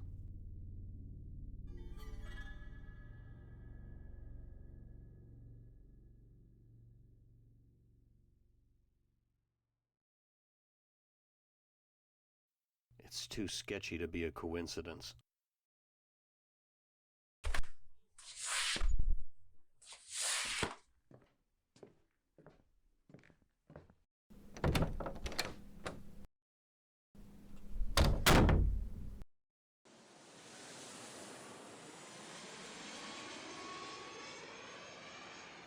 I have to find some kind of proof.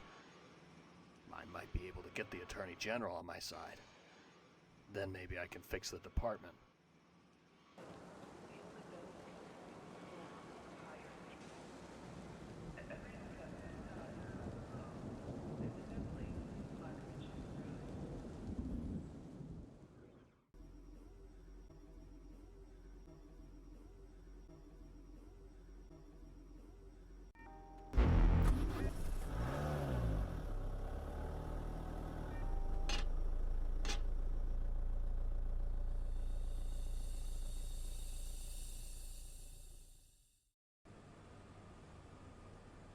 Thank God. The crime scene hasn't been cleaned up yet.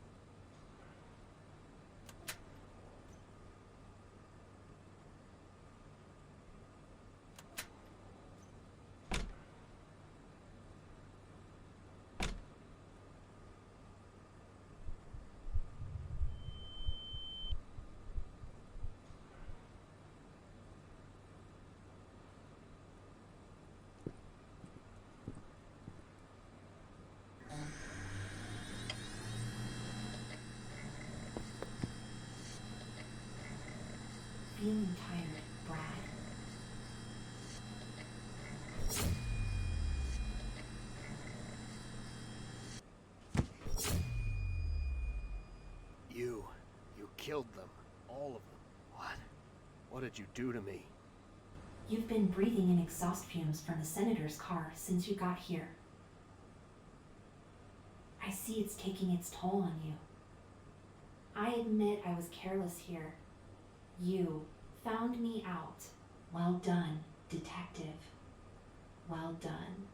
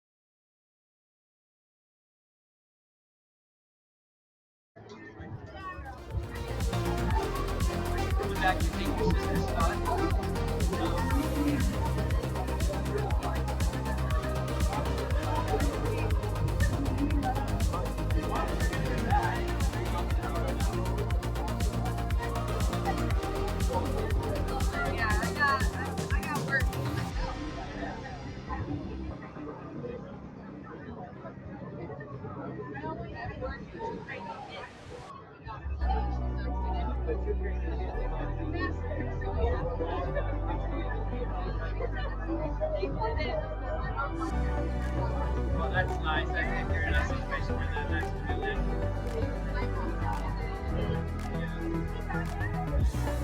and that's nice that your dog's patient enough to be able to watch your dog.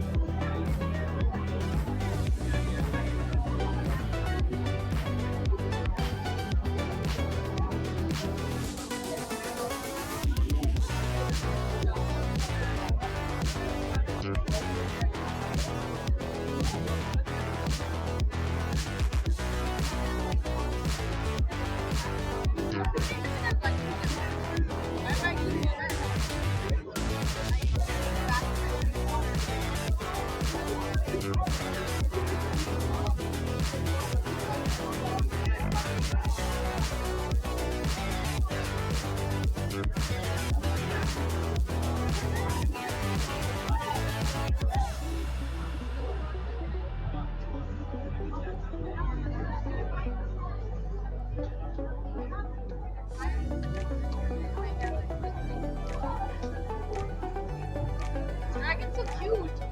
So cute.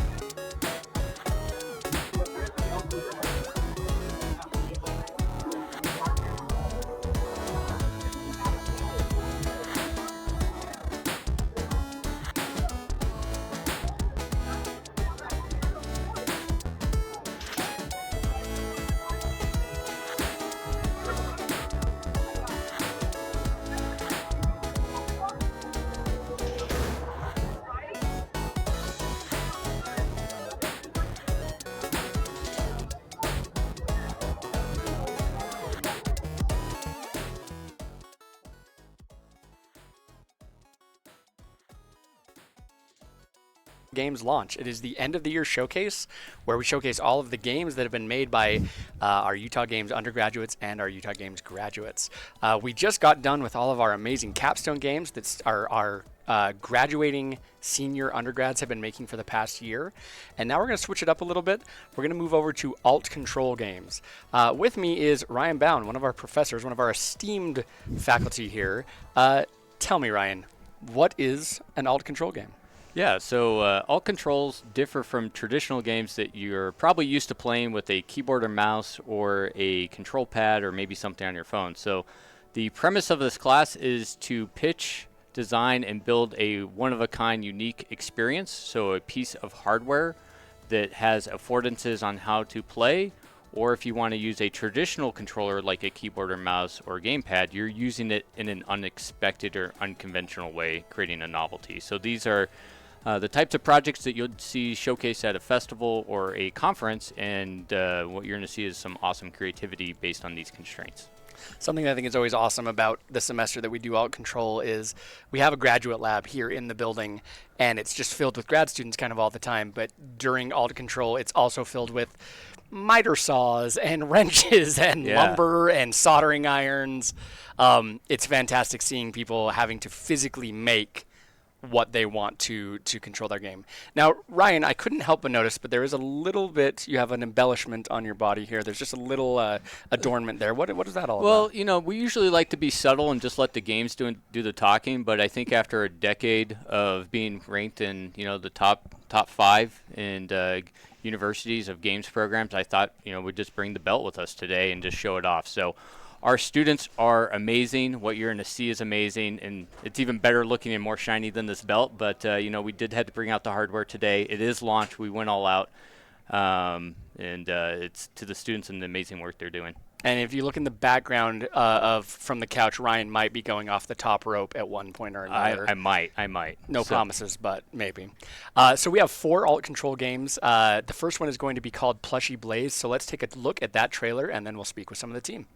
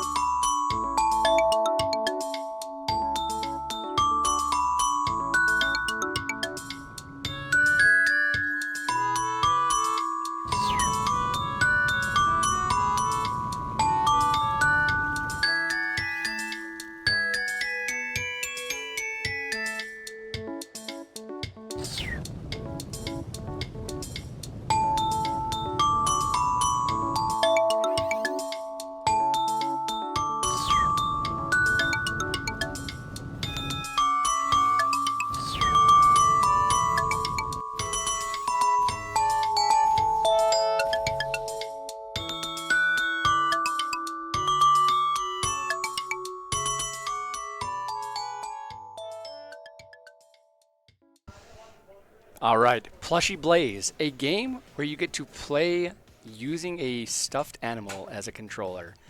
That is absolutely fantastic. But people who can talk about it much better than I are the team. So here are some of the members of the student team.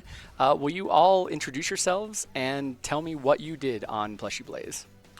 Hi, I'm Adam True. I'm the level designer on the team. I'm Emma Bucas, and I was both artist and producer on the team. And my name is Akash Singh, and I'm one of the producers on the team. Okay, so I very, very quickly said a game where you could use a stuffed animal as a controller. Tell me about Plushy Blaze. Yeah, so Plushy Blaze is an alternative controller where you use the plushie as a controller. You play as a I already said that. little dragon named Herb Habanero, and he's a hungry little guy. You fly around the world, you burn everything down, try to get as many points as possible. And yeah, you can tilt him to fly, squeeze him to breathe fire. It's very adorable. That is amazing. I want to talk all about the controller in 1 second. I want to talk about the inception of the idea really quickly. Emma, were you the one who came up with this idea originally? I was the original pitcher. It would just seem so fun to me to take a toy and sort of bring that toy to life in a game and have something that you hold in real life to match what you see on the screen. And I just thought like a dragon flying around and like squeezing and you get to breathe fire. It's like just a really fun concept for both kids and adults alike. 100%. I haven't actually I've seen your guys' game played a bunch. I have not had my hands on Herb yet, and so I want to be able to do that. So with the Capstone games, we talked about, those were teams of about 25 or 30 that had been working on these games for 2 semesters. With your games, you've been working on it for a semester, correct? And how big is your team? And what does the breakdown of your team look like?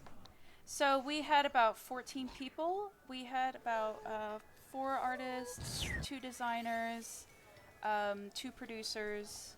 There was a lot of overlap. Some people did multiple roles. We actually were really lucky to have a audio designer, Alice. She did a fantastic job doing audio for us throughout the entire process. And yeah, it's been a lot of fun working with everybody. It's by far one of the best team experiences I've had. Everyone was just super excited to work on this pitch and make this world come to life. I imagine this is the kind of game that you only want to sign up for the team if you want to bring a plushie to life. Like that, I think it's a fantasy that a lot of people had when they were kids, and so I imagine you probably have a lot of passionate people on the team to do it. Yeah, most definitely. We have a team of about 14, and yeah, all of us have been all in since day one. We just want to get this thing out. Like, ultimately, it'd be really awesome if we could get to GDC, into the alt control area there, because we think bringing this to the con space would also be really cool. For sure. So for those of you on the stream who don't know, GDC is Game Developers Conference. It's held every year in San Francisco, and they have a section of the conference that is called Alt Control GDC. And slowly but surely, Utah Games has been making a name for itself there. We had 2 games there this year and 1 game the year before. So pretty soon they're just going to have to rename it the Utah Games Alt Control, and then just all of our teams will go there. So I'm totally happy with that. Okay, now let's talk technically. This controller, did you put a Wii remote inside of a stuffed animal? How did you make this work? Well, the original part of it was prototyping. This is the second prototype of Herb. The first one was made out of duct tape. Our amazing seamstress on the team, you can see on the screen is the final version down in the bottom left with Akash playtesting it there. So basically, we measured out everything to create the physical prototype, and not a Wii, but we tested first with Nintendo Switch. But mostly, it just goes back to the Arduino board itself, as well as a gyroscope, Bluetooth, and we have that all set up inside Herb to go through the testing. There's many different iterations and adaptations to that. We have rechargeable 9-volt batteries and calibration buttons and things that we've added since then. But very cool. Yeah. So inside of Herb, there's gyro telling you which direction you're facing. Akash mentioned you squeeze. There's a button in there of some sort. Sensor. Yeah, it's a pressure sensor, exactly. So on Herb's belly, basically, there's a pressure sensor that if you hold it down, he's going to breathe fire, and if you double tap it and squeeze quick, he'll shoot a fireball. That's amazing. Is there any sort of accelerometer or any other additional functions that you use?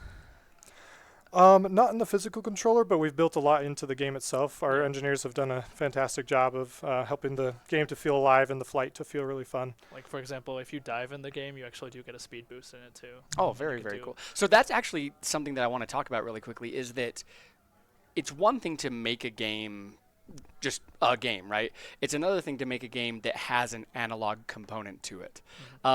Were there any challenges? I mean, I'm sure there was many, making a dragon, for example. But were there any things that you didn't think of when you started on this adventure of like, oh yeah, we can just do this, and then you're like, oh wait, we have to do this whole other thing, or we have to take this into account? Were there any obstacles that you came across along the way? One big one has been calibration. So when you have tilt-based flight, like making sure, take into account like different heights of different players and like the different ways that people will play with. Like some people will only slightly turn their plushie. A lot of other people like really try and lean into that motion. So trying to figure that out, we eventually did come up with a solution to have like sort of a calibration button in the tail. That really has helped a lot with gameplay. But honestly, it's an ongoing struggle that we're constantly trying to deal with and trying to find like what is the best way that we can make the motion feel for multiple players. And like what's the ideal stuffing to controller ratio and all that stuff. I love that you said that, because again, that's stuff that you don't take into consideration. You're just like, yeah, we'll just make a plushie, it's fine. Yep. Or, oh wait, what happens if a 3-foot tall person plays this versus a 6-foot tall person? Because we're also thinking about like children versus adults. The children the force that they're able to have versus like adults, it's much different. Even their hand size is different. So For sure. So do you have any, I know we've kind of joked throughout the semester about like, let's contact manufacturers, let's get these things made en masse. Beyond festivals and things like that, is there any plans for Plushy Blaze to have an alt controller version, to have a build get some duct tape at home and stick a Switch controller in it and do it on your own? What is the future of Plushy Blaze? We've actually gotten some comments that people would be interested in like potentially either controller support, like just classic controller support, or mobile support, because with a phone you also have tilt function. So Absolutely, yeah. There's that. And No pressure sensors. You don't want to like squeeze the heck out of your phone. Yeah, you would probably just click the screen, but you know, as close as we can get it. We're even trying to, actually we are talking to a manufacturer and seeing if we can just make some plushies just for fun, to make them real. Yeah. I was going to say, the word adorable I don't think describes that accurately. Yeah. I don't know if it translates very well over the stream, but trust me, Herb is freaking cute. His big black eyes, and they look at you, and you melt. So regarding the actual gameplay, we've talked a lot about like using the controller to do things. You're going through, and there was a lot of food-based. There was vegetables and there was bread and everything like that. Tell me about that a little bit. Yeah, so we ended up splitting the world into 3 different areas. The first area, which is the easiest, is Veggie Village. The next area, which is medium difficulties, is Pastry Palace. And then the third area, which is the hardest, is Grilled Gorge. And so vegetable-based, pastry-based, and meat-based. So it gave us a wide variety of things to work with of what to burn. So you're burning them, and then are you then eating them? Is that the idea? That Essentially, yeah. That Herb's they a drop hungry guy? points, and that's the kind of food for Herb. Is he Sort picks of like up the points. energy points. He has to burn them so that energy points can drop, and then he can get the energy. Absolutely. And I know we've talked about this before. Are the villagers who are living in Grilled Gorge, are they cool with all this, or is Herb seen as a Smaug tyrant? Or One fun quote that I remember during development from our narrative designer was like, he's at it again, guys. Just kind of evacuate out, let him do They have a his whole thing." process. They're not even there. Yeah, they look at the calendar like, wait, he wasn't supposed to do it till next Tuesday. What's going on? Hey guys, it's Herb Day. He's here. You can read about more of the lore on our fandom page as well if you we have a wiki. Follow our social. Do you guys? Okay, no. Tell me about that. So social. Do you actually have like a fandom? Yeah, wiki? we have a fandom. Yeah, there's a fandom page with lore about each area, the wars that are going on. It's pretty interesting. So It's very heavy. Now you just have you've had my attention before, and now you really have it. So how do people find you on social media? They just look for Plushy Blaze. Plushy Blaze, yeah, we're most of on the time. Twitter, TikTok, YouTube, fandom, and Yep. we'll have a website up and running before GDC. And you can see our gameplay back there. It's the one people directly playing right above there. the shoulders. They're right behind us. Yeah, if you keep That's our watching team during the stream, over there. you can see our game in the background. Yep. Fantastic. Well, thank you all for joining me on the couch and sharing Herb with me, and Herb with everybody, of course. We're going to take a quick break really quickly. We're going to show some more of our alternative development games, and then from there we'll be back to show some more of our alternate control games. So we'll see you all in just 1 second.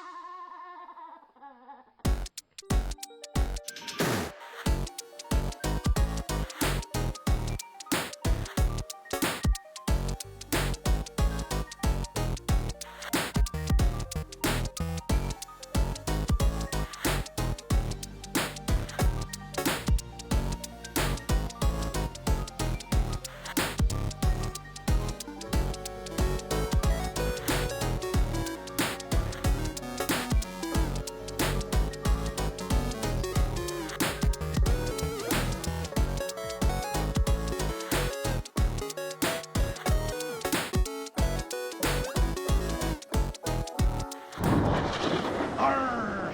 Ahoy, matey! Land ho! Enemies ahead! Load the cannons! It's a hit! Yes! Die, ye scallywags! Land-loving fools!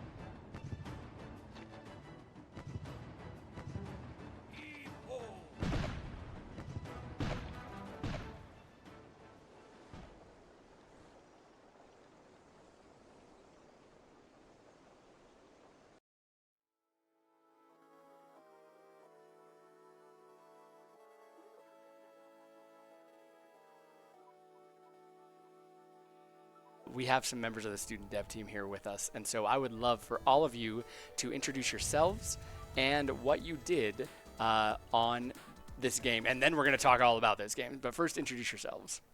Yeah, I guess I'll start. My name is Steven Pazinski. I'm a producer on Back Off of Me Booty. My name is Britton. I was one of the artists on Back Off Me Booty. Yeah, and my name is Jake. I was one of the engineers. Okay, so pirates, cannonballs, seesaw? Tell me about that. Yeah, so the pitch is basically, Back Off Me Booty is a cooperative seesaw shooter in which ye and your matey must protect your collective booty from landlubbers. That's basically the premise that we've been working off of. You can't start talking in the voice and then stop. I'm sorry. You've now. I guess I could just do pirate the whole time. In any case, yeah, so it's basically a game that depicts you and a friend in a cooperative adventure. You're on the Seven Seas trying to protect your loot from enemies that are trying to steal your loot. You are basically using this seesaw as a controller in order to control the tilt of the ship, and that's how you aim at these enemies that are both in the air and also under the water, and also like at kind of like a mid-level as well. So this is the port and starboard side going up and down this way. Yeah, that's correct. Okay, so how are, if we look at the gameplay footage here, we see people on the seesaw, they're looking in opposite directions. How are you reconciling that as far as screens and how they can see what it is they're aiming at? Yeah, so actually, if you can see right here, it's zooming in on that little monitor right there. That's essentially representing what's behind that person, so it's as if you're on an actual ship. So each player has a monitor behind them, and in our setup here at EAE launch, or Utah Games launch, we also have speakers behind each player to kind of give feedback there as well. And that is kind of a design that's just cooperative by nature. You need to tell your buddy that, hey, there's an octopus behind you, there's a ghost ship behind you, so like you go down, me up. And yeah, that's kind of the reasoning behind having those screens behind. So is the, so, you know, cooperative games are fun and they're awesome, but they're also great when they add an element of yelling at the other people and everything like that. Is that by design part of this, where it's like, no, no, no, you go down, there's an octopus, I go up, you go down? Is that a desired outcome when you introduce the physical element of having to move your bodies? Yeah. Absolutely. Yeah, you want to talk about the paper prototyping maybe? Yeah, early on, before we actually had Yes, let's talk about paper prototyping this. We refer to it as paper prototyping. No, of course. Really what we had is we had a single beam because we didn't have the resources to build a full seesaw at that point. And we wanted to test out the basic idea of the game. So what we did is we actually used a rock as a pivot, and we had 2 people on the seesaw and 1 person signaling like, oh, there's an enemy here, there's an enemy there. And we realized that when both players could see the signal, there wasn't a lot of talking going on. It was just, like, it was still fun, but we tried a variation where we'd have 1 person behind each player signaling, and when you had to say where you needed to go, it became a lot more fun. That communication really helped with the cooperative aspect of the game. So would that have been both of them on it and then like kind of looking to the right and to the left, looking at the one person as they were doing it, as opposed to looking beyond the player when you just had the one signal? Yeah, and it also felt a lot more natural to be looking straight forward on the seesaw rather than looking to the side while you're on a seesaw. It just felt a lot more natural and felt a lot more fun, and really helped capture that like cooperative essence of it. So I do want to point out, you said like we didn't have a full seesaw, we just had a beam.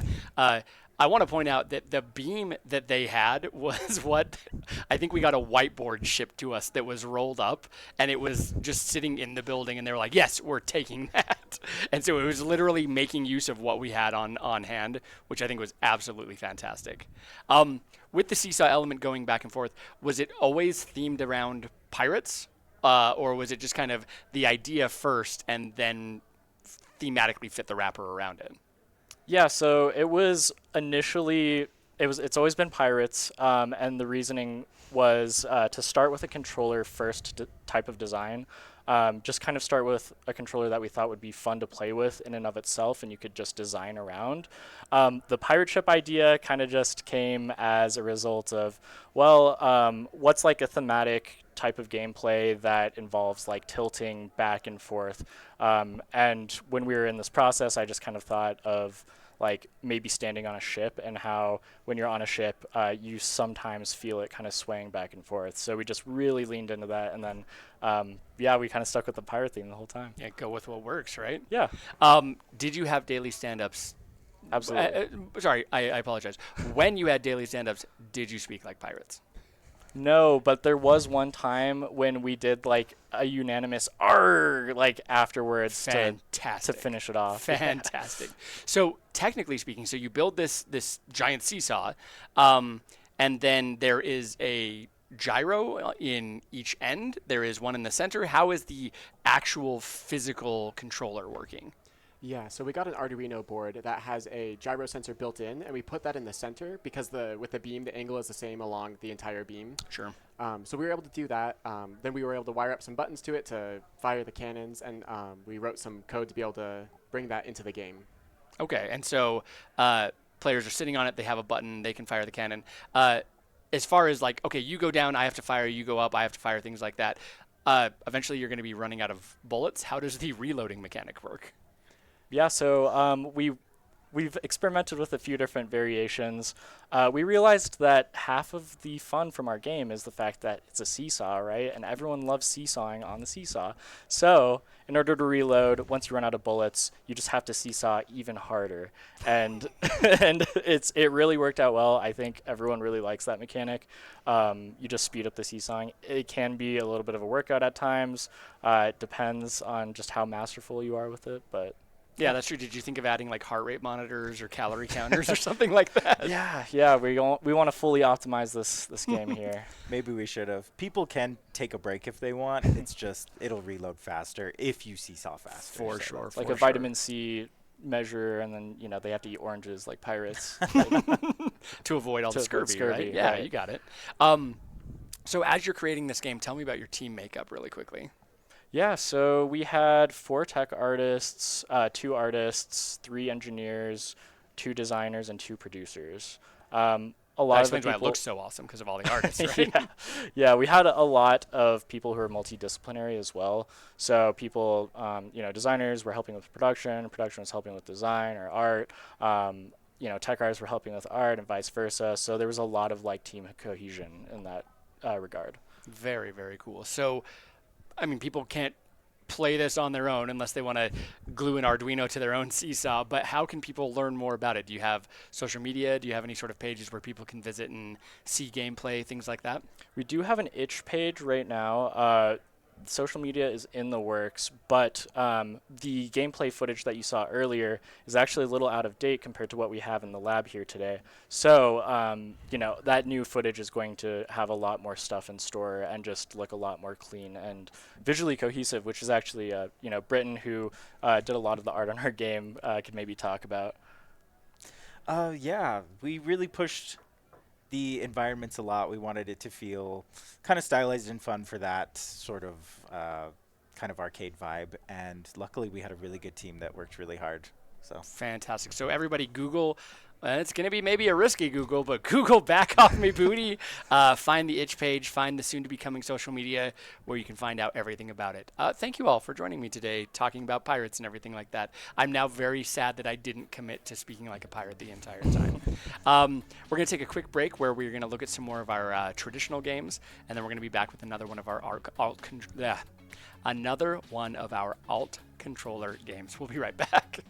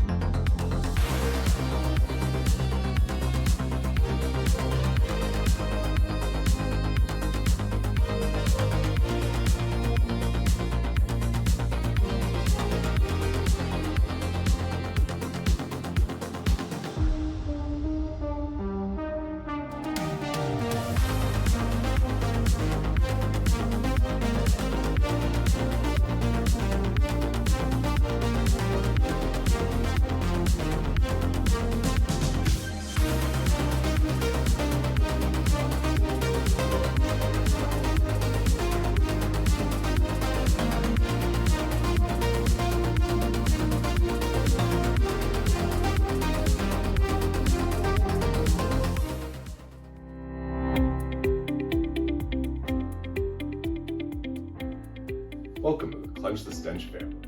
As a new employee, we are excited to have you join the workforce and take your talents to the next level. We've unfortunately run into some inconvenient plumbing issues, so all of our bathrooms are currently out of service. Every single one. But fortunately, we here at Clench the Stench Incorporated value our employees, so we've installed a single porta potty outside of the building for you to do your business. I know. We're so generous for investing in one. However, we couldn't keep it in the ground, so you may have to go a little out of your way to answer nature's call. This informational video will help you make your offerings to the porcelain throne before that potty hog Steven from accounting gets there.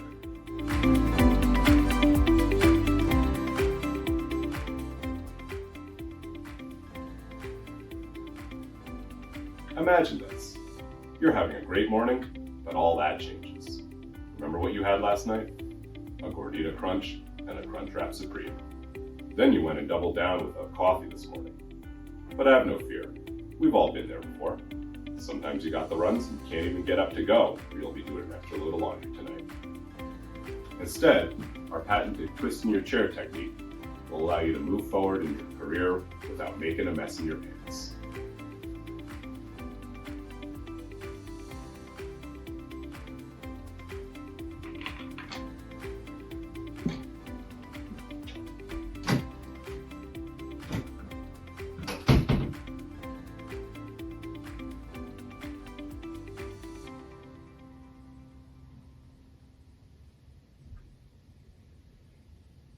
Look at him go.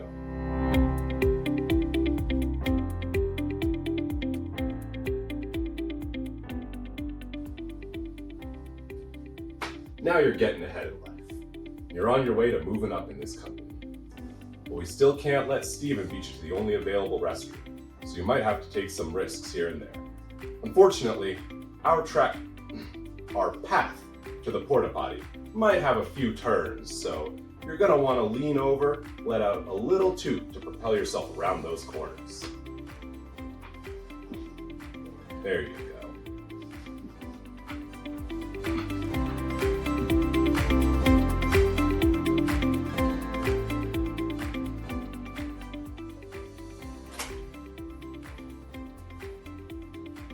What's wrong? I thought it was a fart, man. A classic story. But don't worry. If you do the smart thing and clench as you raise your gluteus maximus, you'll be able to rocket forward without needing to take a pit stop for new pants. But hold too long, you might find yourself stuck in the mud.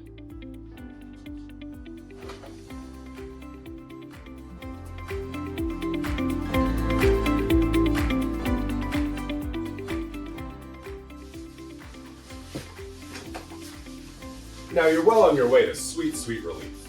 But it's a fierce competition, and there's no rest on the way to the restroom. Luckily, every office chair here at CTS is equipped with the ability to pick up and use items to assist you on your trip to the loo. From heat-seeking burritos to those leftover beans you've been saving for just the right moment, simply press down on both armrests and release to slow down those pesky coworkers and keep your tank full of gas so you can be the first one to answer nature's call. Good work, intern. We here at CTS do not condone coworker violence. Thank you for watching our informational video on how to use our off-site bathroom. And remember, you gotta be number one to go number two.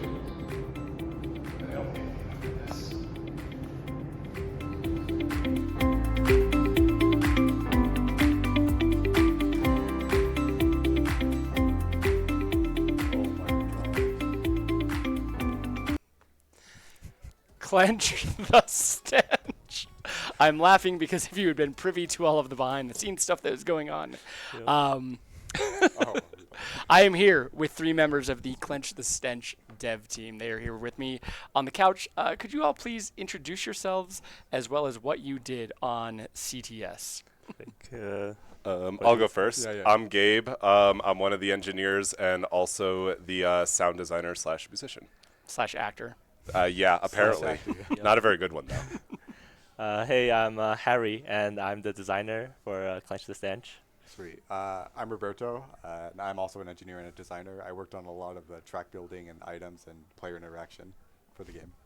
All right, so we saw in the trailer or in the instructional video. Okay, so we're now looking at gameplay footage. Tell me about Clench the Stench. So it all started from the brainstorming session we had to go through, and I basically was sitting on the chair and trying to figure out a good idea, and I noticed myself turning a lot, and that's where the idea started. We wanted to have a game that is physical, that utilized this alt control opportunity and get people engaged. And yeah, it didn't start. It literally came about by you doing this, just rocking your chair back and forth. That's awesome. Yes, and it didn't start by start as like a game about farting, I guess. But when I show my idea to the other teams, like Steven, he mentioned like doing this looks like farting. I'm like, okay, this is where we're going now. Okay. Sorry, there's like 20 different things that my mind wants to say. So it looks like, from the footage that we're looking right now, you're running over question marks. It looks like this is maybe inspired by Mario Kart or other kart-type racers. Yeah. So because we were thinking this is going into like a party game sort of thing, and then my two great engineers member here, they're all really good at Mario Kart, and we're like, maybe making this into a kart racing game would be a good idea. And so how does the actual controller work when you're sitting in the chair? Like, technically speaking, is there an Arduino board in there? How does it work? So I'll let Gabe. So the chair has an Arduino board, and then it has 2 pressure pads in the seat, one for your left cheek, one for your right cheek. It also has a gyroscope and armrest pressure pads to see if you have arms down. We've used those inputs to basically, when you lean to one side or the other, you fart in the game and you make a turn.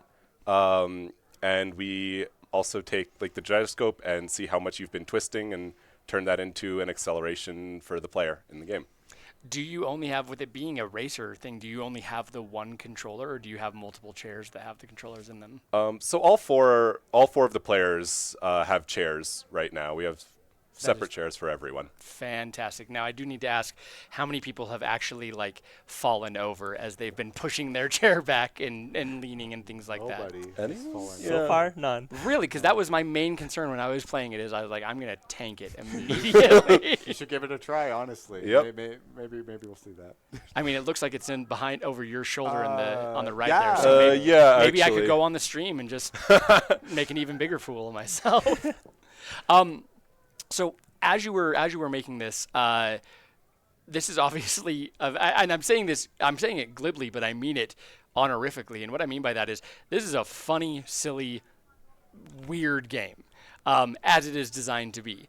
If people want to check this out, they obviously can't. I mean, they could have a board game version at home where you could just sell and people could be leaning on their chairs. But otherwise, how do people find out more about your game? Do you guys have social channels? Do you have a TikTok, a best of reel? How do people find out about your game? Yeah, all of these are good ideas. I mean, we're definitely have been in the fully development along the way, but in the future, we're planning to take this further to like GDC and other places, and at that point, we'll have like accounts set up and do the promotion.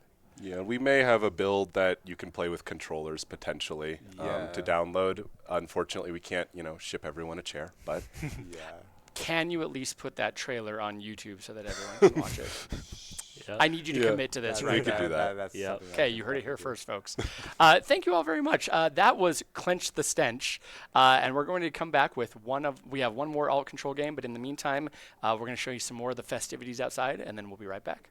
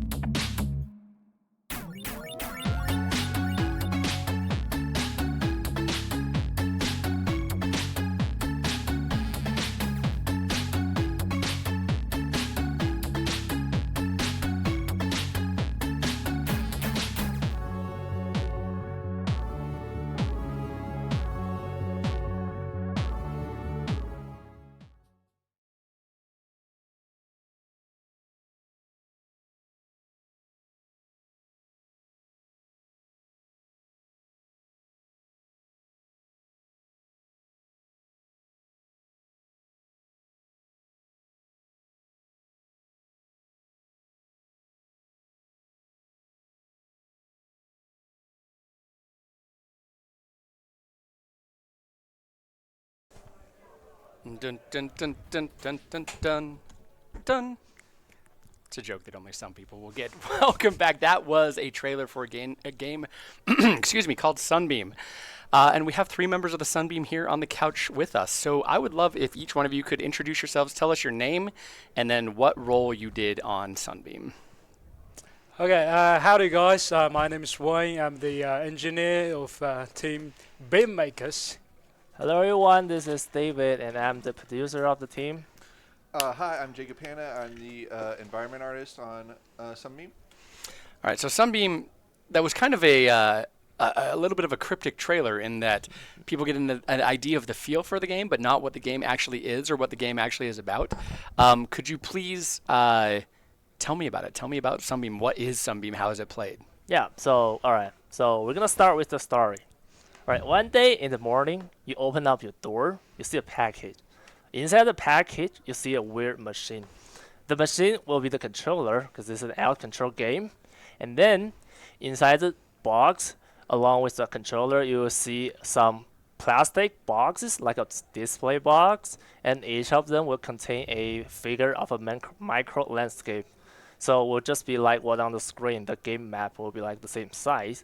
So the story behind is that there's a famous musician who has left all his secret and he suddenly disappeared at his peak of his career, and he sent all of this to you, who is an old friend, and he has made his last melody, but with a few blankets, and players' goal is to find out what is been left within the game. So this is a puzzle game, a cultural puzzle game, which also involves exploration, and player, just like the video showing, will control a beam of light to interact with the game world to find out all the secrets.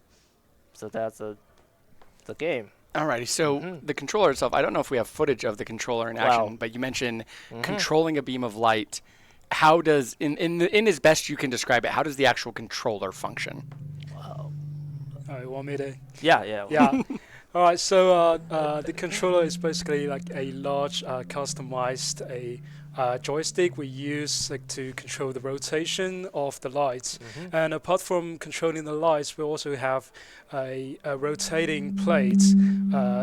Allows the player to rotate the level so that you can review some hidden objects that will help you go through the puzzle solving, and that is done by a rotary encoders. So yeah, that's basically. And another mechanism we have is we have this light switching mechanism that allows you to switch from day to night, as well as switch between different maps, and that was done by a bunch of NPC detectors to allows you doing that. That is very, very cool and a very unique. A lot of our other controllers this semester are based in things that already exist, right? Like a plushie, you can turn a plushie into a controller. You can turn a seesaw into a controller. You can turn a chair into a controller. This sounds like something that didn't really exist until you created it. Is that a correct way to describe it? If you have to say, it looks could be like a giant figure display box. Okay. Because it's transparent in the middle, but yeah, we kind of made it up. So how did you, like, who came up with this idea? How did it come to be? Well, it was originally my page because, one experience that we're trying to create is the synchronized feeling between the virtual world and the real world. So in the game on the screen, you can see like a square size game map, right? Like a micro landscape figure. And in the real life, you also have something similar in shape. And in the real life, you have the giant, level thing like a joystick. You're giving light to that thing in the real life. You also having the lights lighting up the virtual world in game. So as you are kind of solving the puzzles of this game, as you're exploring the different levels, you're kind of finding out what's going on with this musician. You kind of mentioned that. I haven't, through the gameplay, seen any text yet. As this narrative, you mentioned, let's start with the story. As this narrative is being delivered, how is it being portrayed to the player? Is there voiceover? Is it all just contextual clues from what you find in the levels? How does that work? Yeah, so one thing, unfortunately, so there's no music on this level, on the video, but we do have a music design behind this.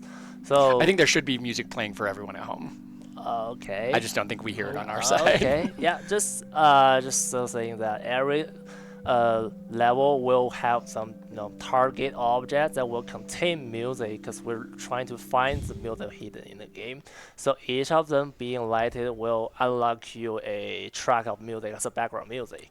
So when you have complete one level, you should unlock a piece of music that's fully played.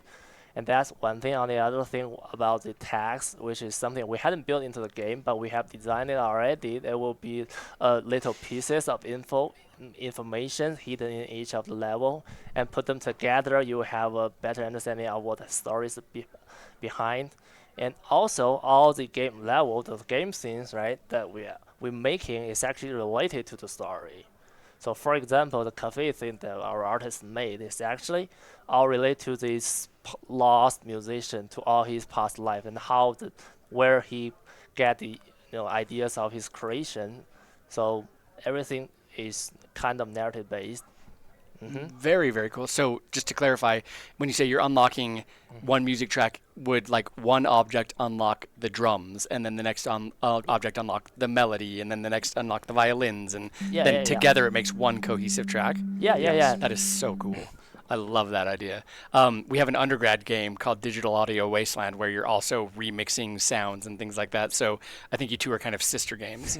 I want to talk really quickly about this art style, because these are gorgeous little micro levels. How did you land on the style you did? Determine how big the levels are, how much art should be in them. I'd love to hear about that for a little bit. So we wanted to keep the levels extremely small because we didn't want to overscope, and because this is a puzzle game and we wanted to make it quick, But our art style is just extremely stylized. We went for a painterly effect. We made our own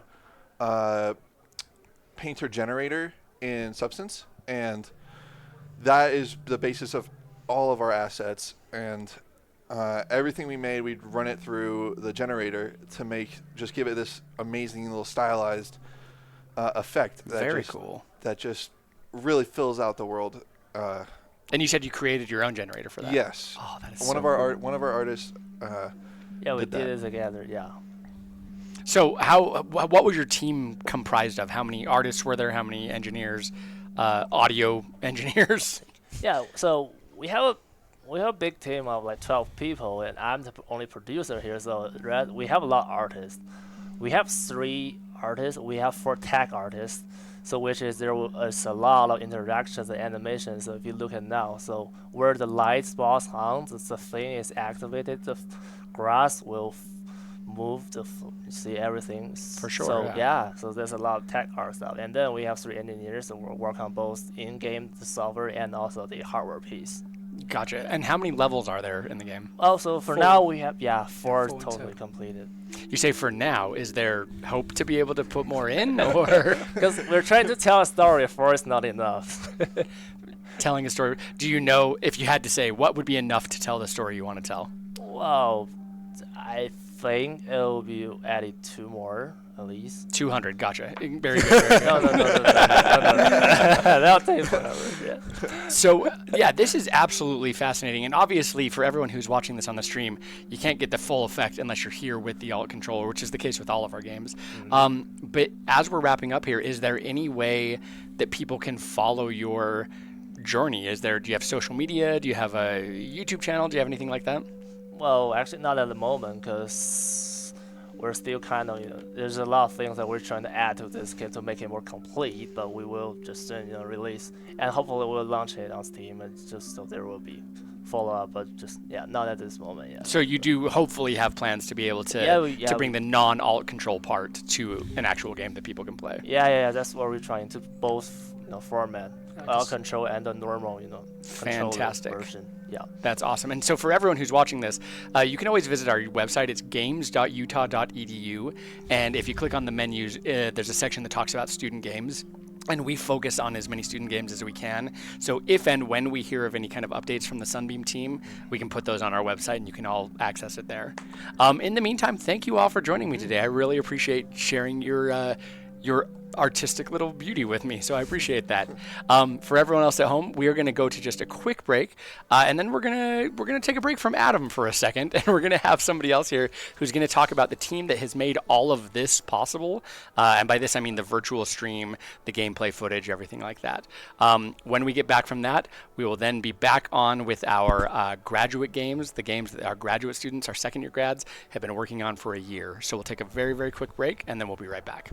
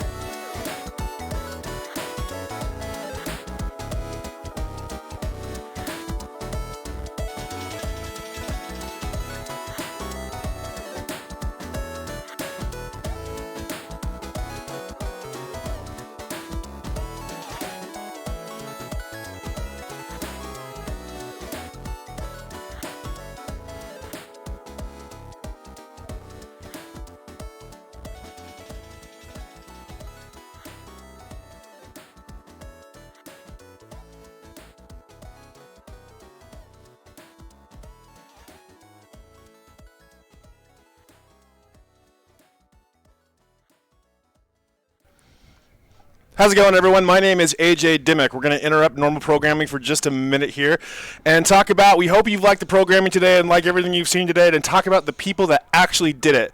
We're going to take a couple minutes here to cast a little bit of attention on the Utah Esports production team, which you're going to see right now. Everything you've seen today, all the graphics, all the animation, all the music, everything is done by this group of people. This is the hardest group of people you will ever see in your life. They have done not only Utah Esports, but also all of our launches, all of our directs, and every game you've ever seen is done by this group, which is a volunteer group of students that comes together, shows up, and is the heart and soul of everything we do with Utah Esports and, frankly, the Division of Games. I'm going to have them introduce themselves for a little bit and tell you who they are. Take it away, Kyle. I'm Kyle Vest. I'm the production lead right now. I'm graduating this year, but I've been helping run this crazy crew for 2 years now. It's been pretty fun. I'm usually handling all the graphics and behind-the-scenes stuff. I'm Nathan Spreen. I've been doing this for about 2 years. I have worked just about every position, and I just tend to fill in wherever's needed. Hey, I'm Charlie Sinclair. I'm currently the LAN and content coordinator here at Utah Esports, and I also have been working a bunch of live streams and events. And I just want to give a quick shout out to Carly, who's currently in the back room. Who unfortunately, because we need at least one person in the back room, cannot be here. And we're not shout gonna, out to her. We're not going to let it stop at that. I don't know if any of this is going to continue to exist without Carly. Carly is the best producer in the program and has been with Utah Esports for so long, a former varsity Overwatch player at Boise State University, and is the most wonderful, reliable, always there, always volunteering person ever. And so much would be impossible without Carly, and it's a shame her face isn't seen here, but I just want to say thank you, Carly, from the bottom of my heart. Thank you for everything you've done for us. And I don't know, I didn't want to do this, but I don't think we could do any of this without you. So I'm going to ask you guys to say, with the headsets on, what's your best memories of being in the foxhole we've all been in together, being in this little, really too hot room to talk about Utah Esports and everything we've done. Kyle? That's kind of tough. I know when we first came in, us three, we had the PAC-U championship, and we won that, and that was really amazing to be a part of, like my first year just getting into this. But we did the Ken Garf event in the Huntsman Center earlier this year, and that was really fun. I think that's a lot of our favorite experience, kind of doing production, because it was just a completely different world from what we usually do. Yeah. Ken Garf, of course, one of the highlights of my entire time here. That was one of the best events that we've done. One of my favorite personal things is just to see the growth that's happened with it. Because I remember coming in here my first time, room was completely different. We didn't have half the stuff we have now. We had bare bones like 5 people doing this, and seeing that grow from then at the start of last year to where we are now at the end of this year has been absolutely amazing. And Nathan's the neat one, which means I drive Nathan crazy. Well, your cable management is terrible. Wow. True. That is true. I can confirm that your cable management is terrible, AJ. Sorry. But it's all plugged in and working. True. Is it though? All right. But honestly, like my favorite memories though, it definitely has to be with like not just like here at like Utah Esports Productions, but also the esports players and the interactions we have with them like every single time we stream one of their games. Like they're always like so supportive of us, and we're always like, and like it's kind of a symbiotic relationship. We help them and they help us, and it's just like we always have like good vibes, and every single production stream for esports we ever do, it's always like a fun and chill time. And it's because of both the esports players and also the people around us here. And by the way, I just want to give a shout out to like all the other people currently on camera right now. I was gonna say like introduce all the other faces that don't have a microphone on there. Yeah. So this is Johnny. He joined us this year. He's a pretty chill dude, and he's been kind of like filling in a bunch of positions. This is Lucy. Lucy is also pretty chill, and hey. No, Lucy can observe R6 like she's the best. Yeah, like best freaking observer you'll ever meet. Best observer. Best observer. Yeah. Lucy is brand new. Lucy just joined this year, and Lucy is already invaluable to everything we do. And we hope Lucy wants to come back and keep doing this after a couple of you are on. Yeah, and then of course we got Isaac. Isaac is kind of like one of our other directors here at, or technical directors here at the production team, and he's pretty much always filled in whenever he's needed, and he's been pretty reliable. And also finally we have Sierra, and Sierra, she's pretty sick, and she is also an industry professional, and honestly she lends a lot of time. Invaluable time for us and gives us a lot of insights, and it's pretty sick. So, and I mean honestly, like all the other people who aren't here working the event today, I just want to give a shout out to them too. So, but yeah, anyways, yeah, that's pretty much the prod team, and yeah, you guys are awesome. And there's many others, and just a shout out there if you want to join the prod team. This is the big moment for a lot of them before we end our year, and we're always looking for more. And it is a volunteer organization that does these really cool things. Every visual you've seen for the last 2 years of Utah Esports is Kyle's, and Kyle is graduating next week, and Kyle is an incalculable talent. Kyle has no peer. And somebody give Kyle a job immediately, because you will get somebody with a wonderful portfolio, will do wonderful things for you, but also a incredible human being and a pleasure to work with. But I just wanted to throw some attention on you guys and say that you guys, it's been an honor in my life to be in a foxhole with you guys, and it's just been the greatest, and I love you guys, and we're gonna have another hour of a really long show, and I just can't say how much I appreciate everything you've done, all the hours you've given for a volunteer group, and the professional work, and how much we've stuck together, how much hardship we've endured, and put on a wonderful show. And we've created an organization with personality and color, and we've been around for each other. And there's nothing I can say or do which would put enough attention on you that you deserve for everything you've done, and for the University of Utah, for the Division of Games, for Utah Esports, but mostly for me. I just can't say thank you enough. Thank you. We love you, AJ. You're awesome, AJ. All right, let's get out of here and get back to regular programming, and we will be back with the second-year graduates, Cohort 13, and the amazing games they've made, and this is their big moment before they hit graduation next week. Thank you, everybody. Go Utes! Woo!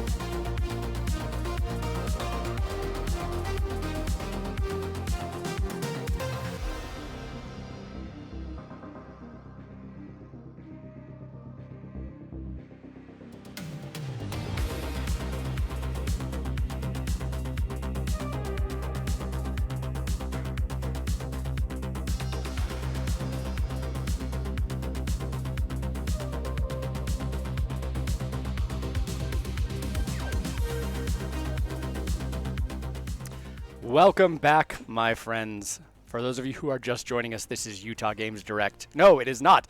It is Utah Games Launch. I have avoided making that mistake all day, and then I trip at the finish line. Son of a gun. This is Utah Games Launch. It is our end-of-the-year showcase at the Division of Games at the University of Utah. I have a very special guest in the studio with me. I have Greg Bayless. Hi, Adam. How's it going? It's going well, Greg. How's it going with you? Doing well. Greg is one of our amazing faculty members who is teaching some of our graduate students this year for the games that we're going to talk about. So, Greg, do you want to introduce Advanced Game Studio 2? What is it? How does it work? Everything like that? Definitely. Yeah, so Advanced Game Studio 2 is our second-year graduate course.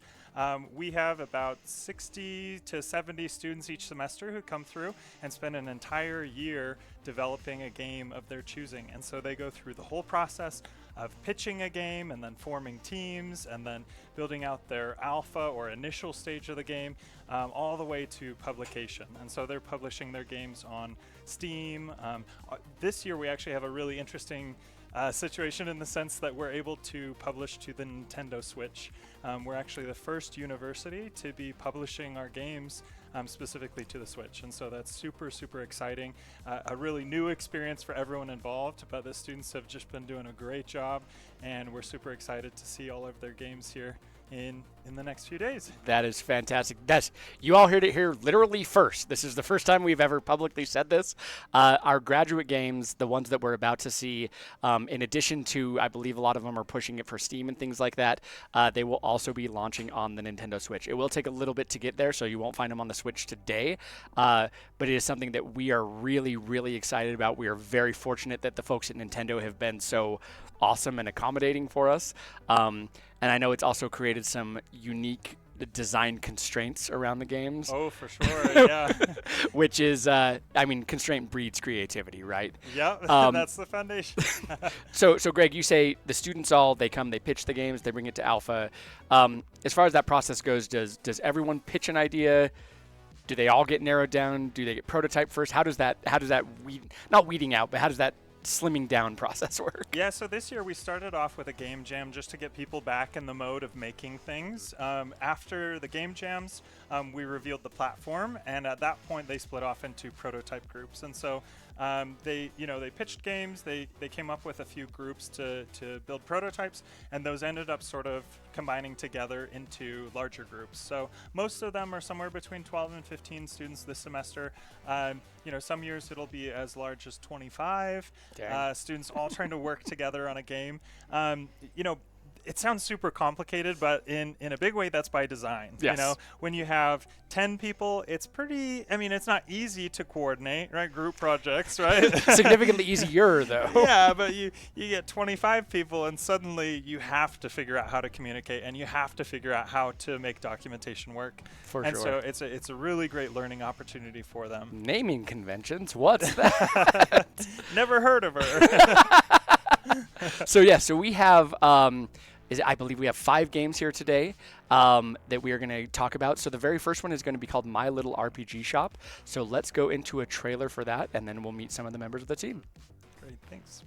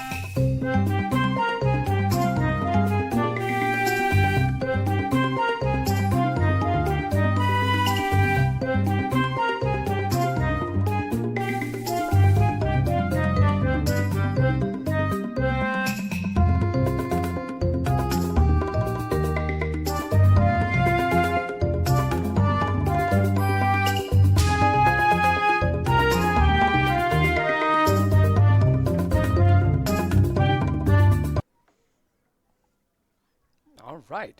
My Little RPG Shop, the second of our games launched from this year that have My Little in the title, and both of them are absolutely adorable. This one is definitely no exception to that. We have a couple members of the team here with us on the couch. I would love if the two of you could introduce yourselves, what your name is, and what you did while you were working on My Little RPG Shop. Hi everyone, my name is Chen, and I'm one of the producers in My Little RPG Shop team. Yeah, hi, I'm Yan Yao Hu. I'm also the producer for this team. Okay, so we have two producers, so we get to talk about all sorts of logistical and organizational questions with you. The first one that I have is, tell me about My Little RPG Shop. I mean, from the trailer and from the title, it's very obvious what the idea of the game might be, but please tell me, how does a player play My Little RPG Shop? What is the goal? How do they get through that gameplay? Yeah, so My Little RPG Shop is a cute simulation game. In our game, you need to play as a shopkeeper in a bustling RPG world. Trade with NPCs, craft items, manage your shop to thrive.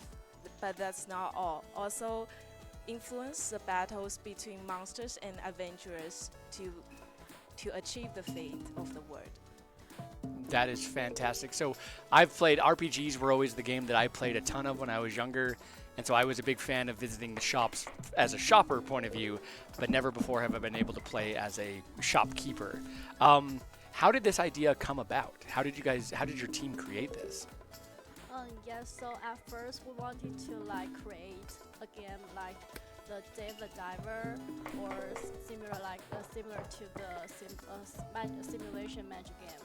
But we don't play as a normal simulation game, so we came across the idea of RPG game. So we always play as a character and to go to the shop to trade with the merchant NPC, but never from the point of view the merchant. So we came across this idea. So we will be the merchant NPC, and then the adventurers and monsters will come to us, and we can trade with them, sell these to them. So you had the idea for a simulation management game, and then you settled on the RPG element afterwards. Oh, yes. Very, very cool. I must say, and I think this is pretty obvious for anyone watching the stream, this game is gorgeous, and it is as adorable as all get out. How did you establish this super cute, squishy, clunky art style? How did that come about?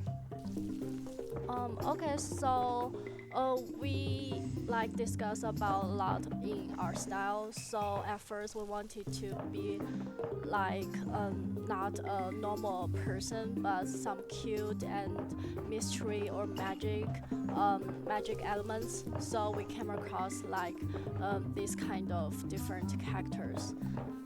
Yeah. That is very cool. And obviously, like you mentioned, mysterious element. You're some sort of shopkeeper who has a giant hat that is shrouding their true self. Now, one thing that I think is really interesting about this, and I'd love to hear more about it, is you mentioned you're helping both monsters and adventurers. Is the end goal of the game to be able to manage both sides and maybe either encourage them to fight each other or discourage them from fighting each other? Or does the game, is it better to play the game to focus on more one side or the other? Is there a monster playthrough versus an adventurer playthrough?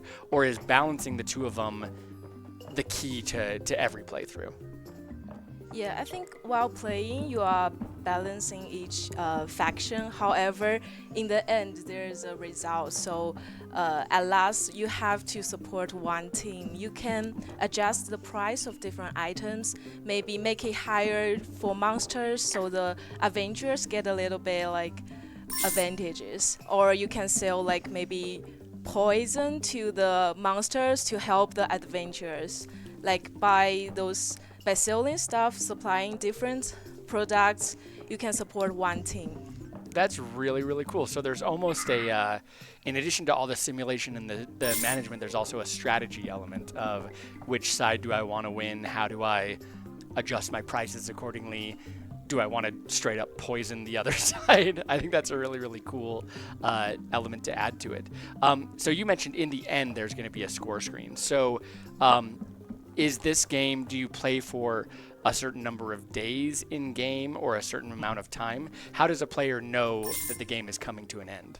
Yeah, so our game, we set the goal as like there's 25 days, a little bit long.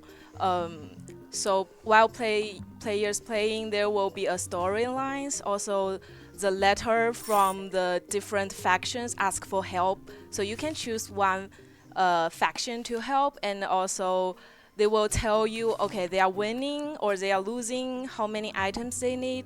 While supporting and giving them those items, they will, so the battle will be twice, and they will have a better advantage, and they will have higher possibilities to win. So in the end, we will tell the players the short story about this battle, but in the very end, like after 25 days. Sure. Something that I think is a really good stroke of genius about a game like this is a lot of management games, you maybe have a view of the entire base and you're just clicking and you're saying this goes here and this goes here. But the addition of actually having the character have to run around to be able to harvest the ingredients and things like that, I think is a really, really awesome design move. I want to ask really quickly, since you mentioned the production side of things, tell me about your team makeup really quickly. How many people were on the team? Obviously, you had either a lot of artists or very, very good artists. How was the breakup of your team? Yeah, so our team has 12 people in total, 2 producers, 3 engineers, then the others are artists and tech artists. They do both artist job and tech artist job. They're really amazing, and yeah. Awesome. And as you were kind of leading the team, were there any obstacles that you encountered or any challenges that you faced that you weren't prepared for? Like anything of like, oh no, this happened and we weren't ready for it? Yes, I think we meet some problems. Like when we are designing the game, we figure out some new ideas during the middle semester, and we notice like we might not have enough time to finish them. So there's some like arguments happen. However, through communication and through planning, we finally can add those elements in a more reasonable scope and trying to finish as much as we can. Yeah, I mean, scope is the enemy of every student project ever, and it's always so tough when you come up with stuff like you mentioned, like in the middle of the semester, where you're like, no, this would be something that would make the game better. I just don't know if we have time to put it in or not. But I think you did a great job at doing that because the game obviously looks and plays fantastic. So we talked earlier about all of these games will be coming to the Switch soon. In the meantime, how can they play My Little RPG Shop on something like Steam? Can they follow any social media channels you have, anything like that? Yes, so we have published our game on Steam, and maybe like after 1 week or 2, like people can search My Little RPG Shop on Steam and they can download our game and to play. Okay, so keep your eyes out for, again, the Switch when it happens. In the meantime, look for My Little RPG Shop on Steam, and you can play all the adorable fun. Thank you both for coming out today. I really appreciate it. We're going to take a little bit of a break before we come back with one of our graduate games. We're going to show you more of our traditional games. These are the undergraduate games that some of our underclassmen have been working on for a semester. So we'll check those out, and then we'll be back with another graduate project.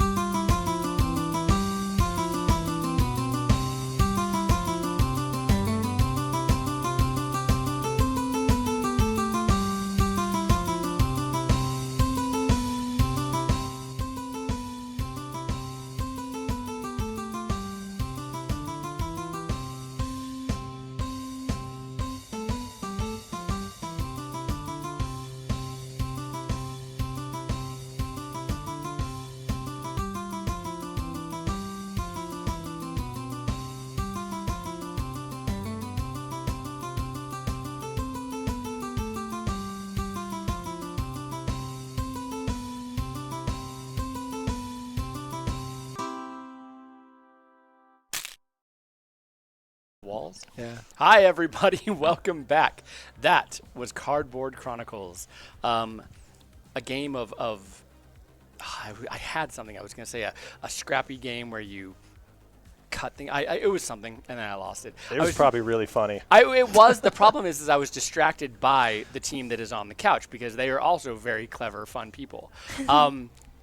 Do you guys want to introduce yourselves and tell me your name and what you did on Cardboard Chronicles? Hail, well met, and good morrow, everyone. I am Sir Lancelot of Cardboard. I was one of our team's producers, designers, and the main sound designer. I am Sean Goodell. I was one of the main designers, and I specifically handled the end boss battle. That was my baby. I am Nikki, and I was a designer on the team, mainly doing level design and gameplay design. All right, so I'm a big fan of Yoshi's Woolly World. I'm a big fan of Kirby Epic Yarn. I'm a big fan of any game that allows me to take crafting supplies and play with it. Tell me about how Cardboard Chronicles... Well, first, we'll talk about how it came to be. First, tell me about Cardboard Chronicles. What is it? How do you play it? What are you trying to accomplish? Everything like that. So Cardboard Chronicles is a puzzle adventure game set entirely in a cardboard world where you go around interacting with a bunch of wacky characters and situations trying to save the day. I love it. I don't know if I ever told you guys this over the year, but I thought I was going to be a filmmaker once upon a time, and I wanted to make a movie where all the background was cardboard instead of like real movie sets. So I'm glad you guys were actually able to make something real of it. How did it come to be? How did the idea of, hey, we want to make a game where you control a cardboard person, how did that come about? So our original team, when we were prototyping this, we wanted to make a game that the idea was that a little kid had nothing to play with but cardboard toys that they made themselves. They kind of get sucked into that world, and then shenanigans ensue. And a big reason for that initially was that we wanted it so that anyone on the team could be an artist and make their own cardboard doodles and put them into the game. That did not go to plan, and instead we have very talented artists that have designed this perfectly crafted world. Who would have thought? Yeah, how about that? But the idea that it was a kid that got sucked into this world, that's what really went through. We had a very a simple mechanic where when you're moving around, you can slam flat and then come back up. Dylan, can you show that? Dylan's on the sticks for us. Just slam the ground a few times if you can hear us. Oh, perfect. So that's like the entire mechanic is just this one slam. That's how you talk to people. That's how you interact with objects and the environment. That's how you fight the enemies. So when we moved on to our full production team, we had 3 big pillars we wanted to adhere to. Keep it simple, keep it playful, and keep it cardboard. And that's led us to what we have today. Yeah, and I know both me and Sean, we actually joined Cardboard Chronicles at the end of their rapid prototype. So we weren't there for like the initial prototype and like idea building for the game. But I mean, we had to choose from like 5 games I think are in our cohort. And I mean, that simple mechanic that Ben was just talking about is what really struck me. It was just so simple, but like so much fun. And I'm like, there's so much potential to like design around this mechanic. So I ended up joining their team, which was obviously like best decision ever because it was so much fun. It was a similar experience for me. Like Nikki said, we joined after the initial prototyping phase, and for me, I wanted to really find something that was simple that we could really expand on and make a really cool world without having to put worry too much about the super complex or the high graphics. We had this fun, cute little idea that we could really take and have a lot of fun with, and I think you could see that we had a lot of fun with it. I think that's really, really cool having one mechanic, because it might be tempting to be like, okay, well, that will be our attack mechanic, but then maybe we're going to have a... Okay, that was the most adorable thing that's ever happened. one of the big things was one of the original pitches at the beginning of the year. We had a game called Hot Dogs where you were putting out fires as wiener dogs, and that didn't go through anywhere. That didn't go through anywhere. I couldn't believe it, but I'm not mad. I'm just disappointed. It was probably for the best with what we have now. But so we wanted to throw a little reference in there and have some dogs in the game. And then as soon as we had the dogs in, we were like, well. We don't want to hit them. You don't want to pet the dog. We don't want to hurt the dog. Yeah, but it's only slam. You don't want to just slam the dog. So we had to come up with a way that you could slam it without it being too violent. So we just figured we'd put some actual dogs in there. That's maybe the best thing I've seen all day, and I've seen some pretty awesome stuff. Yeah, I recorded a bunch of FMV videos. That's probably an ATM machine thing. And we just recorded petting our own dogs, and they're scattered throughout the world. That's my There's, puppy. it is one of our most highly reviewed features in the game. As gotta keep It's the kind of cardboard. like a jump scare, like Yeah. but like a funny. What would we call that? A jump awe? A Yeah. jump, Aw. jump laugh. Jump joy. So as you are progressing, you're obviously in like some sort of hub level right now. Are there different environments to go through? Are you always coming back to the central hub? Are you making your way through the cardboard wilderness? How does the actual progression of the game take place? So there is this town center that we've been calling it, and it's there is a few things to do here. There's some interactions back at the beginning. There's a little puzzle here, but the idea is that there are separate areas off to the sides where there's a library and a farm as well, where you can go and experience a little bit more of what the cardboard world has to offer as you are collecting these pieces of bell to help the mayor fix the town bell that's been broken. Dylan's got us one there, and it looks like now we might be headed off to the farm. Oh, there's a puppy. That's my Midna. And once we restore the bell, then we are released from the cardboard prison. We'll see. Well, once we restore the bell, we'll have to see what happens. Okay, I love it. And once you get the rhino out of the tree, obviously. Yeah, we got to get Pinky out. Yeah.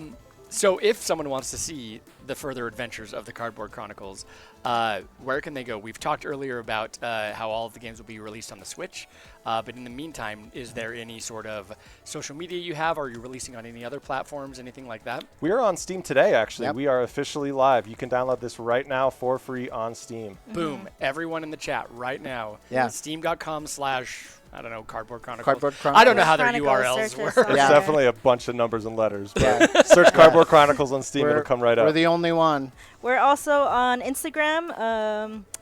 We did have a bit of a hiatus posting just because, of course, we're all pretty swamped with school and getting everything. But we're on Instagram at Studio Casserole. Studio Casserole. So that's our studio name.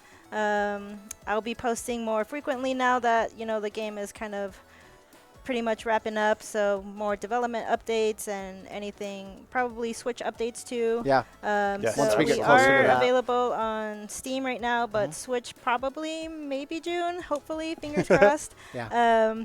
But I mean, Switch is a whole nother experience. It's so much fun playing with the gyro. Yeah, and stuff it's going like to be so that. surreal when that comes out. If you played it on Steam, play it again on Switch. It's a different experience. It's Yeah. so much fun. You got some motion controls. Yeah, we've Oh, taken yeah. full advantage of the Joy-Cons and what they can do. So That is definitely awesome. check it out when we re-release. For sure. I also just want to point out really quickly, I've been monitoring the chat this whole time, and someone just said, it has achievements with It that next does. It does. Pet all the dogs. Pet all of Pet them. all the dog. There you go. That is your mission. Every single one here. Go to Steam, get Cardboard Chronicles, pet all the dogs. There's 5 dogs and a secret pet. Okay. And then send the dev team updates of that. Thank you all for joining me here today. Go check out Cardboard Chronicles. In the meantime, we're going to take a quick little break. We're going to see some of our machinima reels, and then we'll be back with another graduate game. So we'll be right back.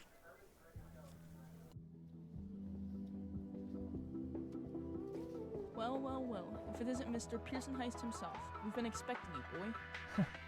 Never thought you'd end up walking into the disclaimer yourself. Well, I just figured I would surprise you like I always have. Cut the crap, kid. You're in our territory now. Yeah, let's get this over with already, Captain.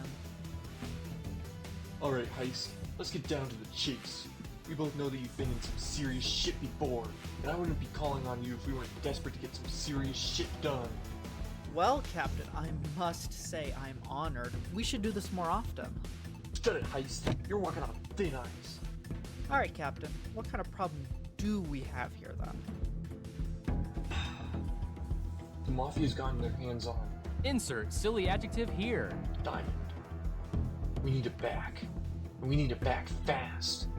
Now, you're the only one stupid enough and slick enough to pull it off. If you do this, there's a big reward in the end for you too. The Mafia, don't tell me.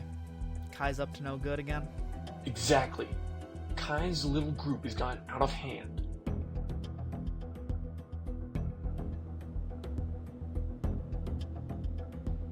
Hey boss, we got it! The most valuable diamond ever is ours now!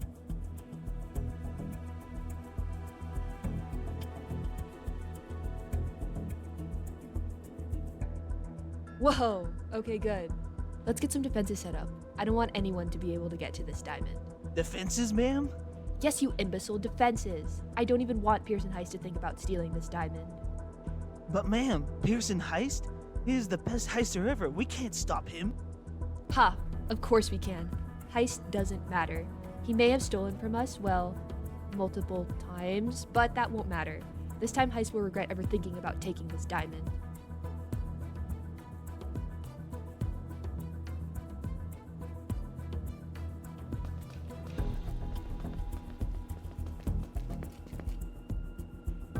I'd like to see Heist try to steal this diamond. I will outsmart his outsmarting. He will not succeed this time.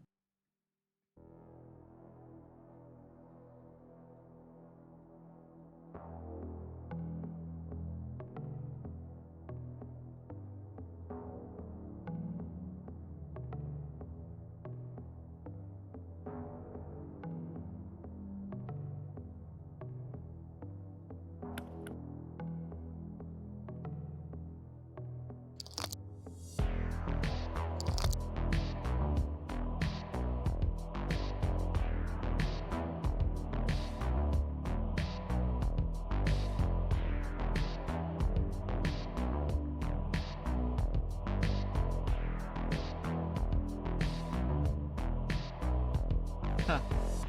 I'm in.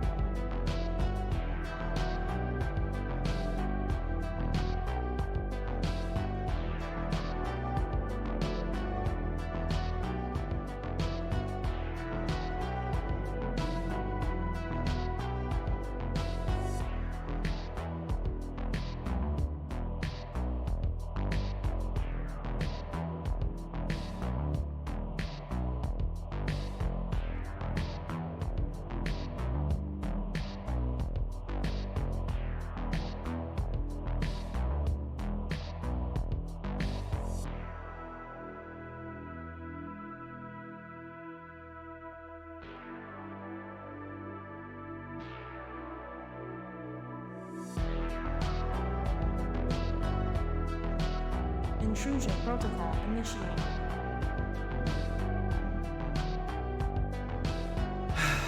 Lasers. Why is it always lasers?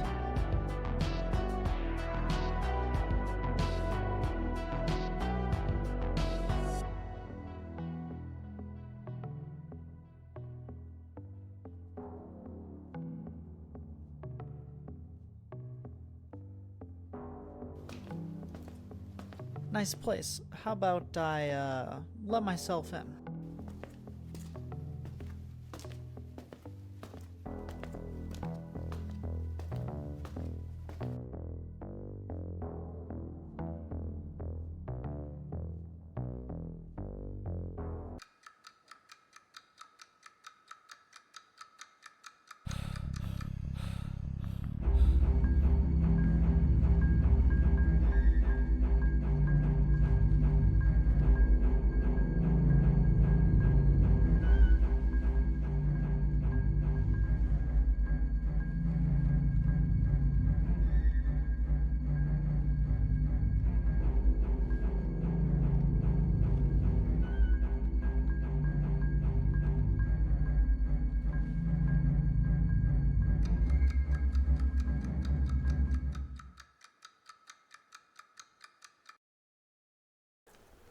Okay, see, I was on board with that until you showed the wall and the floor's full of eyes.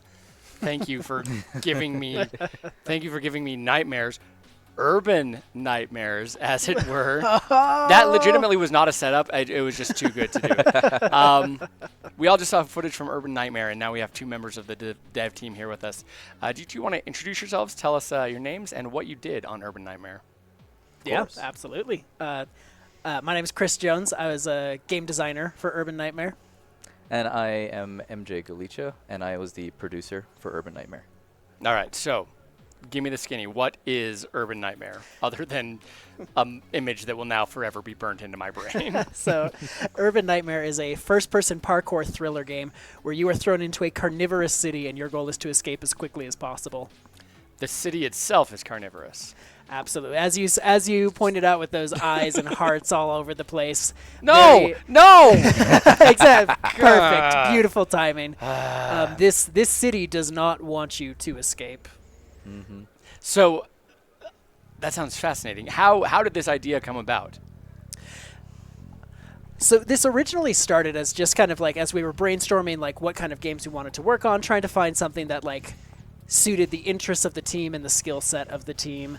And as we were like kind of going through genres, there's kind of this trope, right, of like creepy things usually turn into horror games where there's this feeling of helplessness from the player, right? It's as soon as you give a player a gun, it's not so much a horror game, and it's like, okay, well, what if like you are in this like thoroughly creepy, unsafe place, but you are actually like a fully capable, parkour master. You're not trapped in the city. Like you are the one person who can get out You're of not the helped. city. You are. If anyone stands a chance, you do. Exactly. That is a fascinating idea. So I know first-person parkour games are a pretty small subgenre. What was the thought behind? Has it always been a first-person thing? Did it ever pass through the third-person ideation stage at all, or was it just this from the very beginning? Honestly, it was always a first-person game. I don't think the team at all ever thought of it being a third-person game. At some point in the development time, we were like, what if? But in the end, we're all like, nah, the chopping block for that is sailed long ago. And honestly, I mean, our main inspiration was Mirror's Edge. For sure. And we wanted to see if we can recreate at least, the wall running, wall climbing, and all the movement systems as much as possible. Okay, so let's actually talk about those movement systems, because two things. One, I have it on good authority that this game plays incredibly well. I haven't played it for a few months. It played great a while ago, but I heard just today that this game is smooth like butter. This is also the kind of game that is going to live and die off of its controls, right, and off of its movement. Mm-hmm. Could you tell me a little bit about the process of nailing that down, and how many iterations did you go through? How many movesets? How many times did you throw the engine out the window because you were done with it? So yeah, that's that has been like probably the biggest design and engineering effort of the whole game has been the movement. To I guess to answer the questions in order, this was iterated on until like yesterday. Pretty much, yeah. No, that's we had our final like new mechanic cut about 2 weeks before the build was due, and like just polishing, tweaking numbers the day like the last day that we were working on it, and to try to make it as seamless as possible. We have a 2-button control system of you jump, you slide, and then everything else is just done with analog sticks, right, for looking around and moving around. But trying to get a system that is so quick and easy to learn, because we know like people will pick this game up, probably just play it once, and that first 2 minutes of gameplay is going to be really, really important. So how do we create interesting play that you can learn so quickly? And for us, that was the 2-button mentality of we try to predict what the player wants to do based on how are you looking at the wall, are you looking away from the wall, are you pressing jump, are you pressing slide, and trying to basically mind read the player. I just want to interject really quickly. Whoever's playing this is doing this on purpose. So whoever you are, you're now on my list. To give a big shout out to Ethan, our lovely engineer, who's one of the engineers who spearheaded with the character movement itself. So how I would love to know about the breakdown of your team. You're obviously going to have level designers, you're going to have locomotion engineers. How does it all break down as far as how many members you had and who did what? Of course. So we actually had about 12 people on the team. If I'm not mistaken, we have 3 engineers, 2 artists, 2 tech artists, one UI artist, our game designer / level designer, audio designer, and audio producer, and then myself as a producer as well.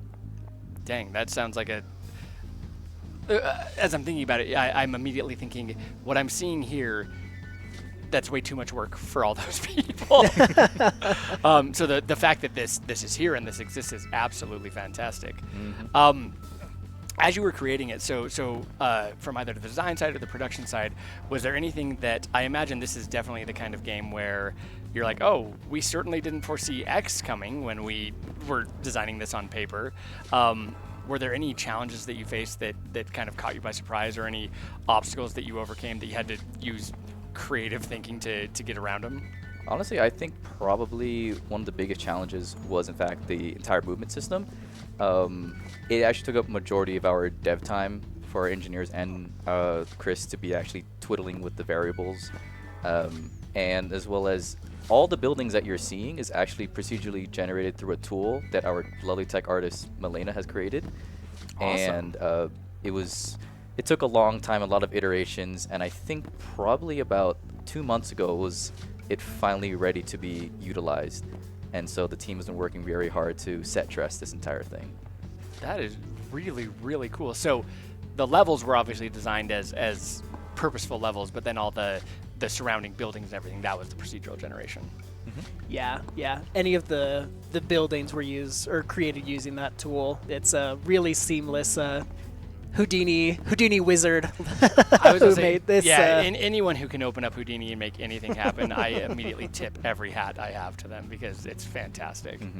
So we've been going through every game, or every level will end with like a clock, and hey, that was a perfect transition. How many levels are there in the game? How do we beat this sucker?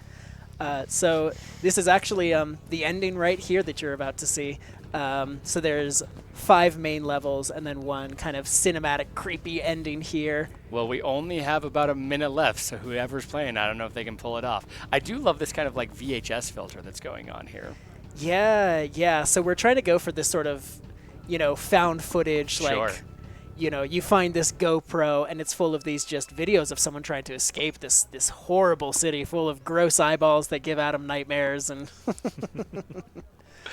Oh, and heavens. like, passing checkpoints shows like you're starting like a new recording. Each end of the level shows you like the film length of that, particular recording. Very cool. That's a really unique narrative wrapper to put that all in. I like that a lot. All right, so let's talk nitty gritty. How do people play Urban Nightmare? Of course, Urban Nightmares is going to be available April 29th on Steam, free to download. Please share it with your friends and family members, and please post your favorite levels and your fastest times. Yeah, I was going to say, someone just in the chat said, all right, can't wait to speed run for days on this one. So definitely go in a week from now-ish, a few days from now, go to Steam, check out Urban Nightmare, and be terrified by the eyes. And then tweet at me and tell me how terrified you are, because then at least we can commiserate together. We're going to have a quick break here. We're going to see more of our traditional game development games, and then we'll be back with our 4th graduate game. So we'll be right back. Thank you, everyone.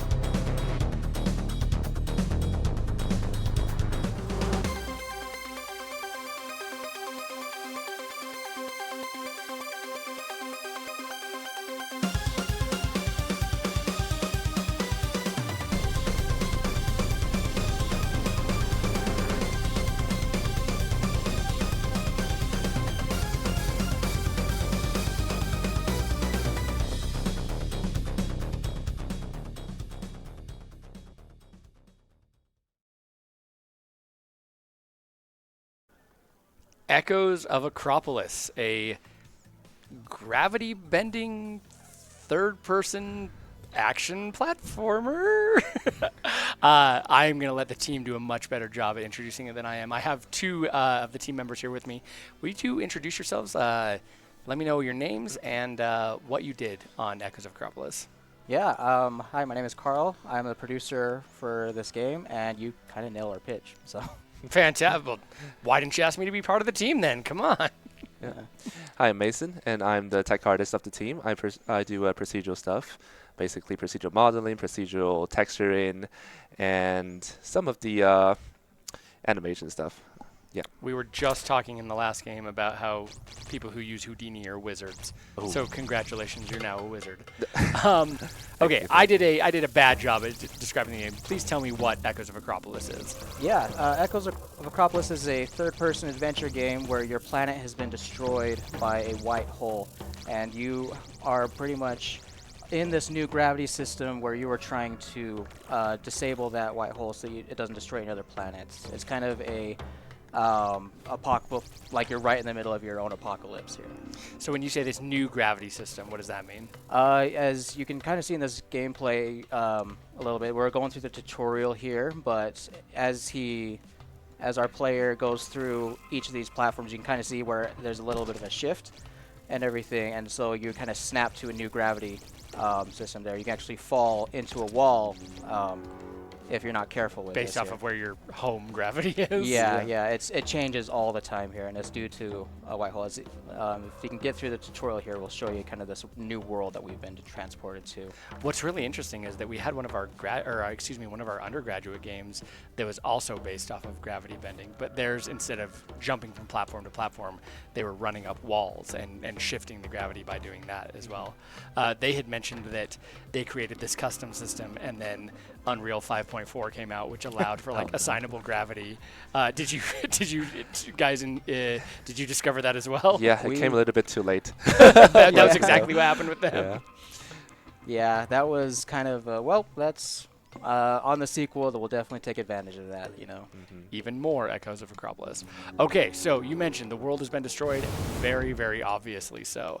And you said you're trying to put an end to the white hole to save what remains of the world. Is that correct? Yes. Yeah. So the background of the story is that the black hole destroyed everything. You see everything's torn to pieces, and then it split them out into the world so that everything is like kind of like flowing. So you kind of want to like fix everything so that the white hole becomes a black hole and sucks everything in. As opposed to I'm digging it. That's the story. How did this idea come to be? Was gravity always kind of the one design pillars, or how did this idea become what it is now? Yeah, that was, man, this idea came like before I even joined the team. Some of our designers just had this idea that there would be like a ring world that would happen. You can actually see that integrated in the background as that's kind of spinning around. And it was just kind of an interesting platforming that we haven't really seen anywhere else. And being able to try and get that to work was a huge challenge that it does kind of work here, but there are still some things that we're trying to make it happen for this. But I feel like we have a pretty good basis for something like that, though. Would you say that was the biggest challenge your team faced, was figuring out all the gravity stuff? Oh yeah, that was definitely in the first semester. Like I think, if I'm remembering my timeline right, it was probably around play last time that we actually got it to work, and then it wasn't tuned until this semester on this 2-semester project. So that was quite the challenge, but we're glad we went on this journey. Yeah. I'm imagining this is also the kind of system we were talking just with Urban Nightmare about tuning and tuning and tuning and tuning. I imagine this is also a system that, even though you've gotten it to work, that's just step one of a 10-step process. Yes, but it's always the fundamental of our game, because movement games, action games like Urban Horror, Urban Nightmare, and our game, they're all based on this core system where the fluidity of the gameplay decides your player experience. So we got to get that figured out before anything else. For sure. So could you guys talk? You mentioned you're a tech artist, but could you talk a little bit about the art style? It's kind of this cool sci-fi cel-shaded Yes. How did you end up with that as your art style? Yeah, so we initially took our ideas from Aztec textures and ancient runes. So we based every model and every texture off of those ancient relics that they dug up. So that's the basic idea. And then so I proceeded on to think, what procedural textures or procedural models I would need to create such a feeling. And then they need to be procedural because there's just so many fragments So and many of pieces. them. Yeah, and you can model every single one of them, and we need variants of these pieces. So I just kind of like taught myself Houdini and try to figure out quite a few. So that because we only had 2 artists basically on our team. The others are more tech than art. So I had to make our workflow more efficient by doing that. I love how nonchalantly you say, so I just taught myself Houdini. It's no big deal. It's fine. It's tech artist life, YouTube University. So is this level that we're seeing right now, is this like a central hub of the game, or is traversing just this environment, is this the main part of the game? How does the level breakdown work? This one is the connection between two major levels. So we got 3 levels in all, and then each level has a little bit of a connection, and the connection are filled up by those floating islands, floating runes, and platforms. So that we have to make our way through them to get to the other checkpoint to advance in the game. Very, very cool. So I can imagine, if you guys can speak to this, I imagine a challenge of a level like this is with it being a ring world, with it being filled with debris and everything like that, and with the ability to switch gravity on the fly, telling the player where to go seems like that would be an interesting challenge of like showing them here's where you need to go to get to the next checkpoint or things like that. Did you guys run a lot of playtests as far as that goes, or did you have some really awesome level designers who knew what they were doing? That's was a pretty big challenge on directing the player where to go, but it also came down to kind of letting the player figure things out for themselves. Sure. So there with the ring, then you can, as long as you're going around, then you can always end up back to where you were, and so it's kind of I like guess that makes sense. yeah, and so it's not so much like designing like a set path where we want them to go. It's just using these cool mechanics to be able to get them, give them the tools to go where they want to, and we're just kind of making a playground for them to do that. You're showing them where they need to end up, yes, but they can get there in any way that they there can. are 1,000 ways to get to very to very destination. cool. Yeah, essentially it was like the original idea was that all you had to do to know where you need to go was look up and then kind of trace your way back from the center of where the white hole would be. Sure. Yeah, it's kind of that design philosophy. I feel like we have still some work to go to make sure that that's clear to the player, but it was kind of a innovation on our part in this project. For sure. Okay, so you talk about a little bit more work to go. What is the future of Echoes of Acropolis? How does the next little bit look for the game? We are going to talk amongst ourselves on our team. This is just kind of our thesis project, and a lot of our team actually got lots of offers and everything, so we're going to see where they stand on that. We're going to do a couple of updates and get the full release for Steam, and it'll be coming probably around May is probably that, and then we'll see. We'll go from there. The sky's the limit. All right, so we'd mentioned the Switch earlier, Steam come May. In the meantime, keep your eyes peeled for Echoes of Acropolis, and you'll be able to have more sci-fi gravity bending adventures. Thank you both for being here with me on the couch today. I appreciate it. Thank you so much. Yeah, you're very welcome. We will have one more little break while we show some of the festivities that are going on here, and then we will be back with our last graduate game. So we'll see you all in just 1 second.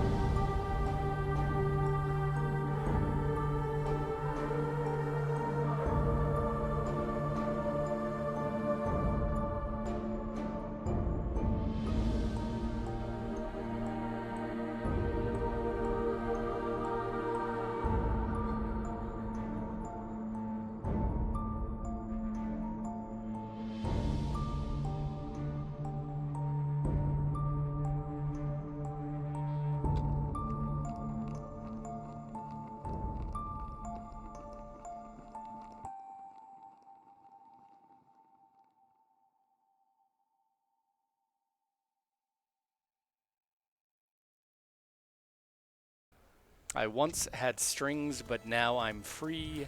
There are no strings on me. That was No Strings Attached, and I have with me two of the production team, or two of the development team with me on the couch. Would you two like to introduce yourselves? Tell us your name and tell us what you did on No Strings Attached. Yeah, so my name is Ezra Botansky. I was one of the producers. I'm Carly Henry. I am another producer, but I also do narrative design. Yeah, I don't know if you guys could see your own lower thirds, but one of them said producer extraordinaire, and one That's of them me. is struggling producer. You know, going through these last couple semesters, it has been a struggle. You know what? Going through the last 40 years of my life, it's been a little bit of a struggle. Hey, you know, and that's why you got to have the confidence to call yourself an extraordinaire, really. So tell me about No Strings Attached. You're a puppet making his way in the world, but what else? Yeah, so it's a atmospheric puzzle platformer where you're going to play as Pavo, who's that little puppet you guys saw, and you're trying to help him escape a circus, which is kind of puppeteered by a evil puppet master. Yeah, and you use the main mechanic that we want to show up is poses. Pretty much you use these poses to complete puzzles all the way to the end. And here's our intro cinematic, which can be skipped if we want to, but it's really cool. Our team worked really hard on this. Yeah. Wait, so when you say poses, Carly, what exactly do you mean? So pretty much we focused on marionetting Pavo's hands, so it's like, this is a gameplay, and then this is gameplay. And then you can also do like a balance pose where it's just T-pose, because you got a T-pose on everyone. And then you have a push pose, which is just hands out front. And you use a combination of those to do stuff like, there's a trapeze, you can raise both your hands and kind of swing on the trapeze. You can edge climb, and then there's so much more that you gotta play. So speaking of the mechanics, what we really wanted to do with this game was we wanted to make a game that was really approachable for a lot of people, right? So some games have really, really complex mechanics, but we wanted to make sure that our game was able to be played by people of all kind of skill level, because we want to make sure the player really gets to experience the world and the story and the atmosphere, which is being shown off right now in the cinematic, and we thought that maybe having really complicated mechanics might get in the way of that. For sure. So as you're operating his arms, if I recall correctly, last time it was the trigger buttons that were doing the arm poses. Yeah. That's a really, really unique mechanic. Do you find that, people who maybe are less familiar with games, they'll pick up a controller and their hands will immediately go to the face buttons? Did you find any sort of learning curve with people realizing, oh wait, there's buttons up here as well? Yeah, so it may seem kind of like a strange decision to put that's such a key feature on the triggers, right? But we wanted to make kind of a control scheme that made the player feel like they were actually puppeteering Pavo, kind of create that player-character kind of bond almost immediately. We have seen some players who have kind of defaulted to face buttons or stuff like that, but honestly, from all our playtesting, it's been pretty great. People really get into the controls pretty quickly. They think it's very diegetic or intuitive, Yeah, and as you saw and as you will see, we have these posters all around in our tutorial level to make sure, hey, you can play this game. Like here's how you climb. You interchange between the left and right trigger. It's kind of like it's a controller map. It's pretty much a generic controller. So even if you're playing Xbox or PlayStation controllers, you know how to play. For sure, and that's a really cool diegetic way of including the instructions in the world itself. Yeah, and when we were designing the game, we really wanted to push ourselves to design a really good set of mechanics for Pavo to do, as you can see he's demonstrating here. Gotcha. Oh, sorry, Carly. It sounded like you were going to say something. Sorry. And we have Joe playing our game right now. I just wanted to give him a shout out. Yeah, he's been doing a great job. He's one of our designers for the game, and him and the other designer Zhao have been doing a really fantastic job on the game. So I could spend all day talking about the team. How was the team breakdown? How did it? The team breakup. What happened? We went to a couple tough years. The hits weren't really selling that well, so we had to break up eventually. We thought it was just going to be a no strings attached kind of thing, but then one of us caught feelings for the other one. Yeah, it's okay. But no, the team breakdown was actually pretty good. We had 2 producers, a sound person, 2 designers, a handful of artists, both technical and non-technical artists. And then we also had some engineers, some really talented engineers. Yeah, and we did have some roles that we kind of didn't have on our team. So we kind of branched out, like Britton, who is a C14. We saw his previous alt controller, but he helped with these graphics that you see all the time, the Steam page assets, and he's a really good 2D artist. Yeah. So we weren't afraid to try and get some help from outside where we needed to fill some holes, basically. That's very, very cool, seeing what's best for the game.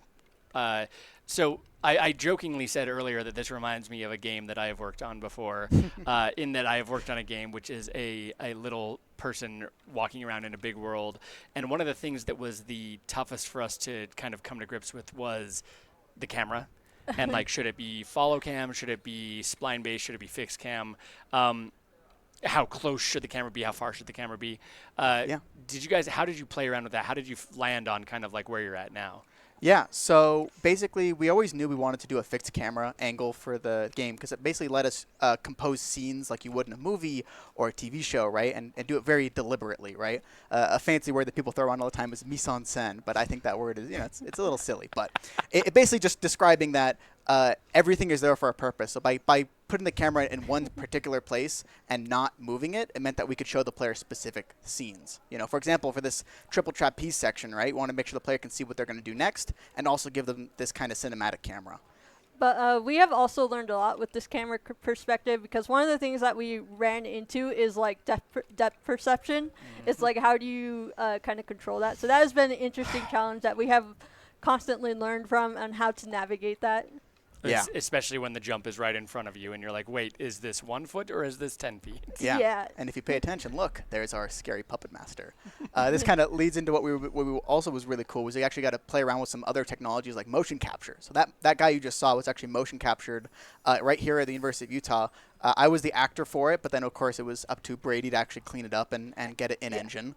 And Siri did the record the footage. Mm-hmm. It was a lot of fun, and we actually used mocap a couple times across the game, and it was a blast, honestly. Pavo's not mocap though, right? He is in some scenes, but for the most part, he's just not. Yeah. It's kind of like for those cutscene scenes, like at the beginning or at the end. Wait, hold on. Is the puppet master a puppet himself? Because that sure looked like a wooden face. We can neither confirm nor deny. Oh my goodness, why? Every team is making scary things, and then they just say like, figure it out. I could probably hand that over to Carly, who is our amazing narrative lead on this game. We wanted to create like a very deliberate story for the game. Yeah, I mean, so the puppet master is a mask, a wooden mask to kind of remind people of the puppet. He's making all of these puppets. We see him working in the background. It also helped with like kind of. We don't have to do like facial animation because he's wearing a mask. Sure. And Yep. so helped us out it helps a lot. But Cheating like that is always fun. How do we get away with it? Well, he's wearing a mask and you can't see his mouth move. Yeah. All right, so No Strings Attached. It is coming out on the Switch when all of our games are coming out. Yeah. In the meantime, is there any way that people can play it? Can they follow social channels, anything like that? Yes, absolutely. So right now the game is actually on Steam, currently in early access, but we plan on releasing it very soon. Right now, you guys can download the game for free on Steam, and you should totally do it. Otherwise, you'll make Pavo sad. Oh Yeah. no, you don't want that. Gotta do it for Pavo. Seriously, you don't want to disappoint a little. It looks like he's already had a hard enough life. Yeah. I don't think we need to add to that. Yeah. But as was shown, you can also follow us on Twitter at Pavo the Puppet, and I'm pretty sure that all of our Linktree links will be in the Twitch chat. Fantastic. So that's Pavo spelled P-A-V-O? Yep. Yeah. Pavo the Puppet. Pavo the Puppet. All right. Well, thank you, Ezra and Carly. Thank you for joining me here today, and thank you for sharing your game with us. Of course. For everyone here, those are our graduate games. Those are the ones that people have been working on for an entire 2-semester-long project. We had... we had My Little RPG Shop, we had Cardboard Chronicles, we had Urban Nightmare, Echoes of Acropolis, and No Strings Attached, which means we are this close to being at the end of our show.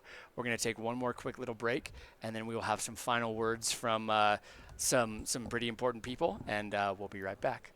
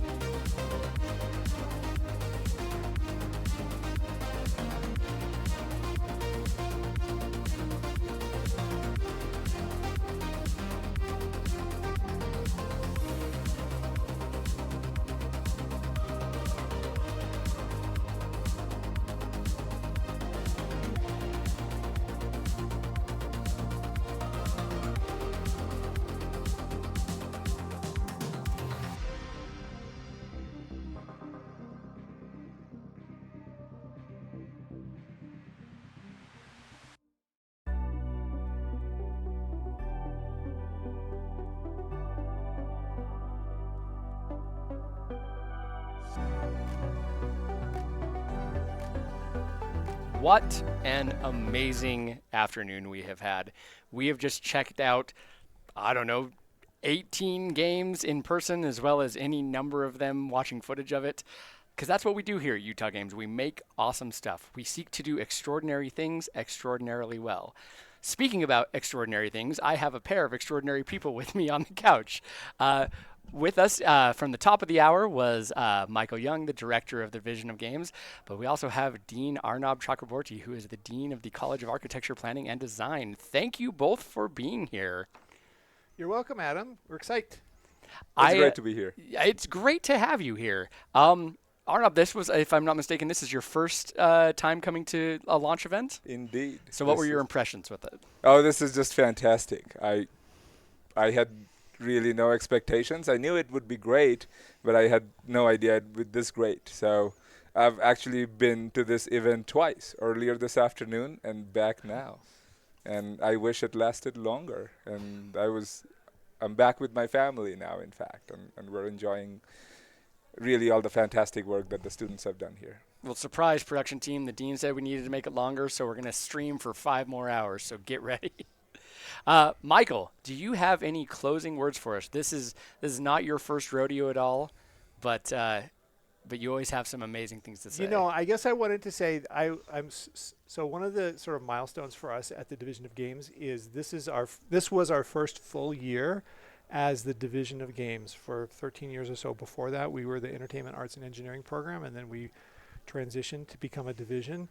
It was a big change for us, and it's been fantastic. The student work has just continued on to be as excellent as ever. And then, you know, an exciting new thing for us at the Division of Games is that starting next year, we will be moving our academic home into the College of Architecture and Planning, and that is under the leadership of Dean Chakraborty, which is why we're so excited to have him here to see this event and to see the work of the students. And I'm really excited, and so are all the faculty and staff and the students, because moving into architecture and planning gives us a new home with new colleagues who share our mindset around the studio culture, around the social relevance of the work that we do, around the ideas around design and space that all of our game developers are already thinking about inside virtual worlds. And it's just going to be a really excellent and exciting chance for us to build new relationships with new colleagues and collegial family members. And so it's great to have you here, Arnab. And if I could piggyback on that, it's, you know, I'm new to Utah. I started earlier this academic year, and even before that, I was aware of the reputation of the Division of Games, and I've really come to learn about it and see it as a jewel in the crown of the University of Utah. And not just that, even in the broader academic community. So for the College of Architecture and Planning to have an opportunity to work with colleagues in the Division of Games, to imagine a future together, to really learn from all the work that the students, faculty, and staff here are doing, and to imagine what we could do together is really, really a transformative opportunity that we, Michael and I, and everybody else in our broader community have been working really hard on getting prepared for as much as possible. So just in short, we couldn't ask for anything better, and we welcome you with open arms, and we look forward to working together and building a shared future. Oh, and I think I speak on behalf of all the staff and all of our industry friends across the entire game industry that being part of the College of Architecture and Planning is going to be a great move for us, and it's going to continue to allow us to make the awesome things that not only have you seen here today, but that we've been doing for the past 13 or so years. As a couple of quick reminders, you can always visit our website at games.utah.edu, where you can find links to all of the student games that you've seen here today. A very large majority of them are either already on Steam or will be very, very soon, and every single one of them is free to play, so you can download them now. Additionally, all those games that you just most recently saw, the Advanced Game Studio games from the graduate teams, those will all be released on the Nintendo Switch coming in the next little bit. So that's something we're really, really excited about. Thank you all for joining the stream today. Thank you to everybody who came out in person. Thank you to the production team for doing such an amazing job at putting on this stream. And thank you to everyone who plays games and who loves games, because it's for people like you, which is why we do this stuff. I have been Adam Hunter. I have been the industry and alumni manager here. And on behalf of everybody, thanks for coming, and we will see you, I guess, at probably the Division of Games Direct this December. So stay tuned. Bye, everybody.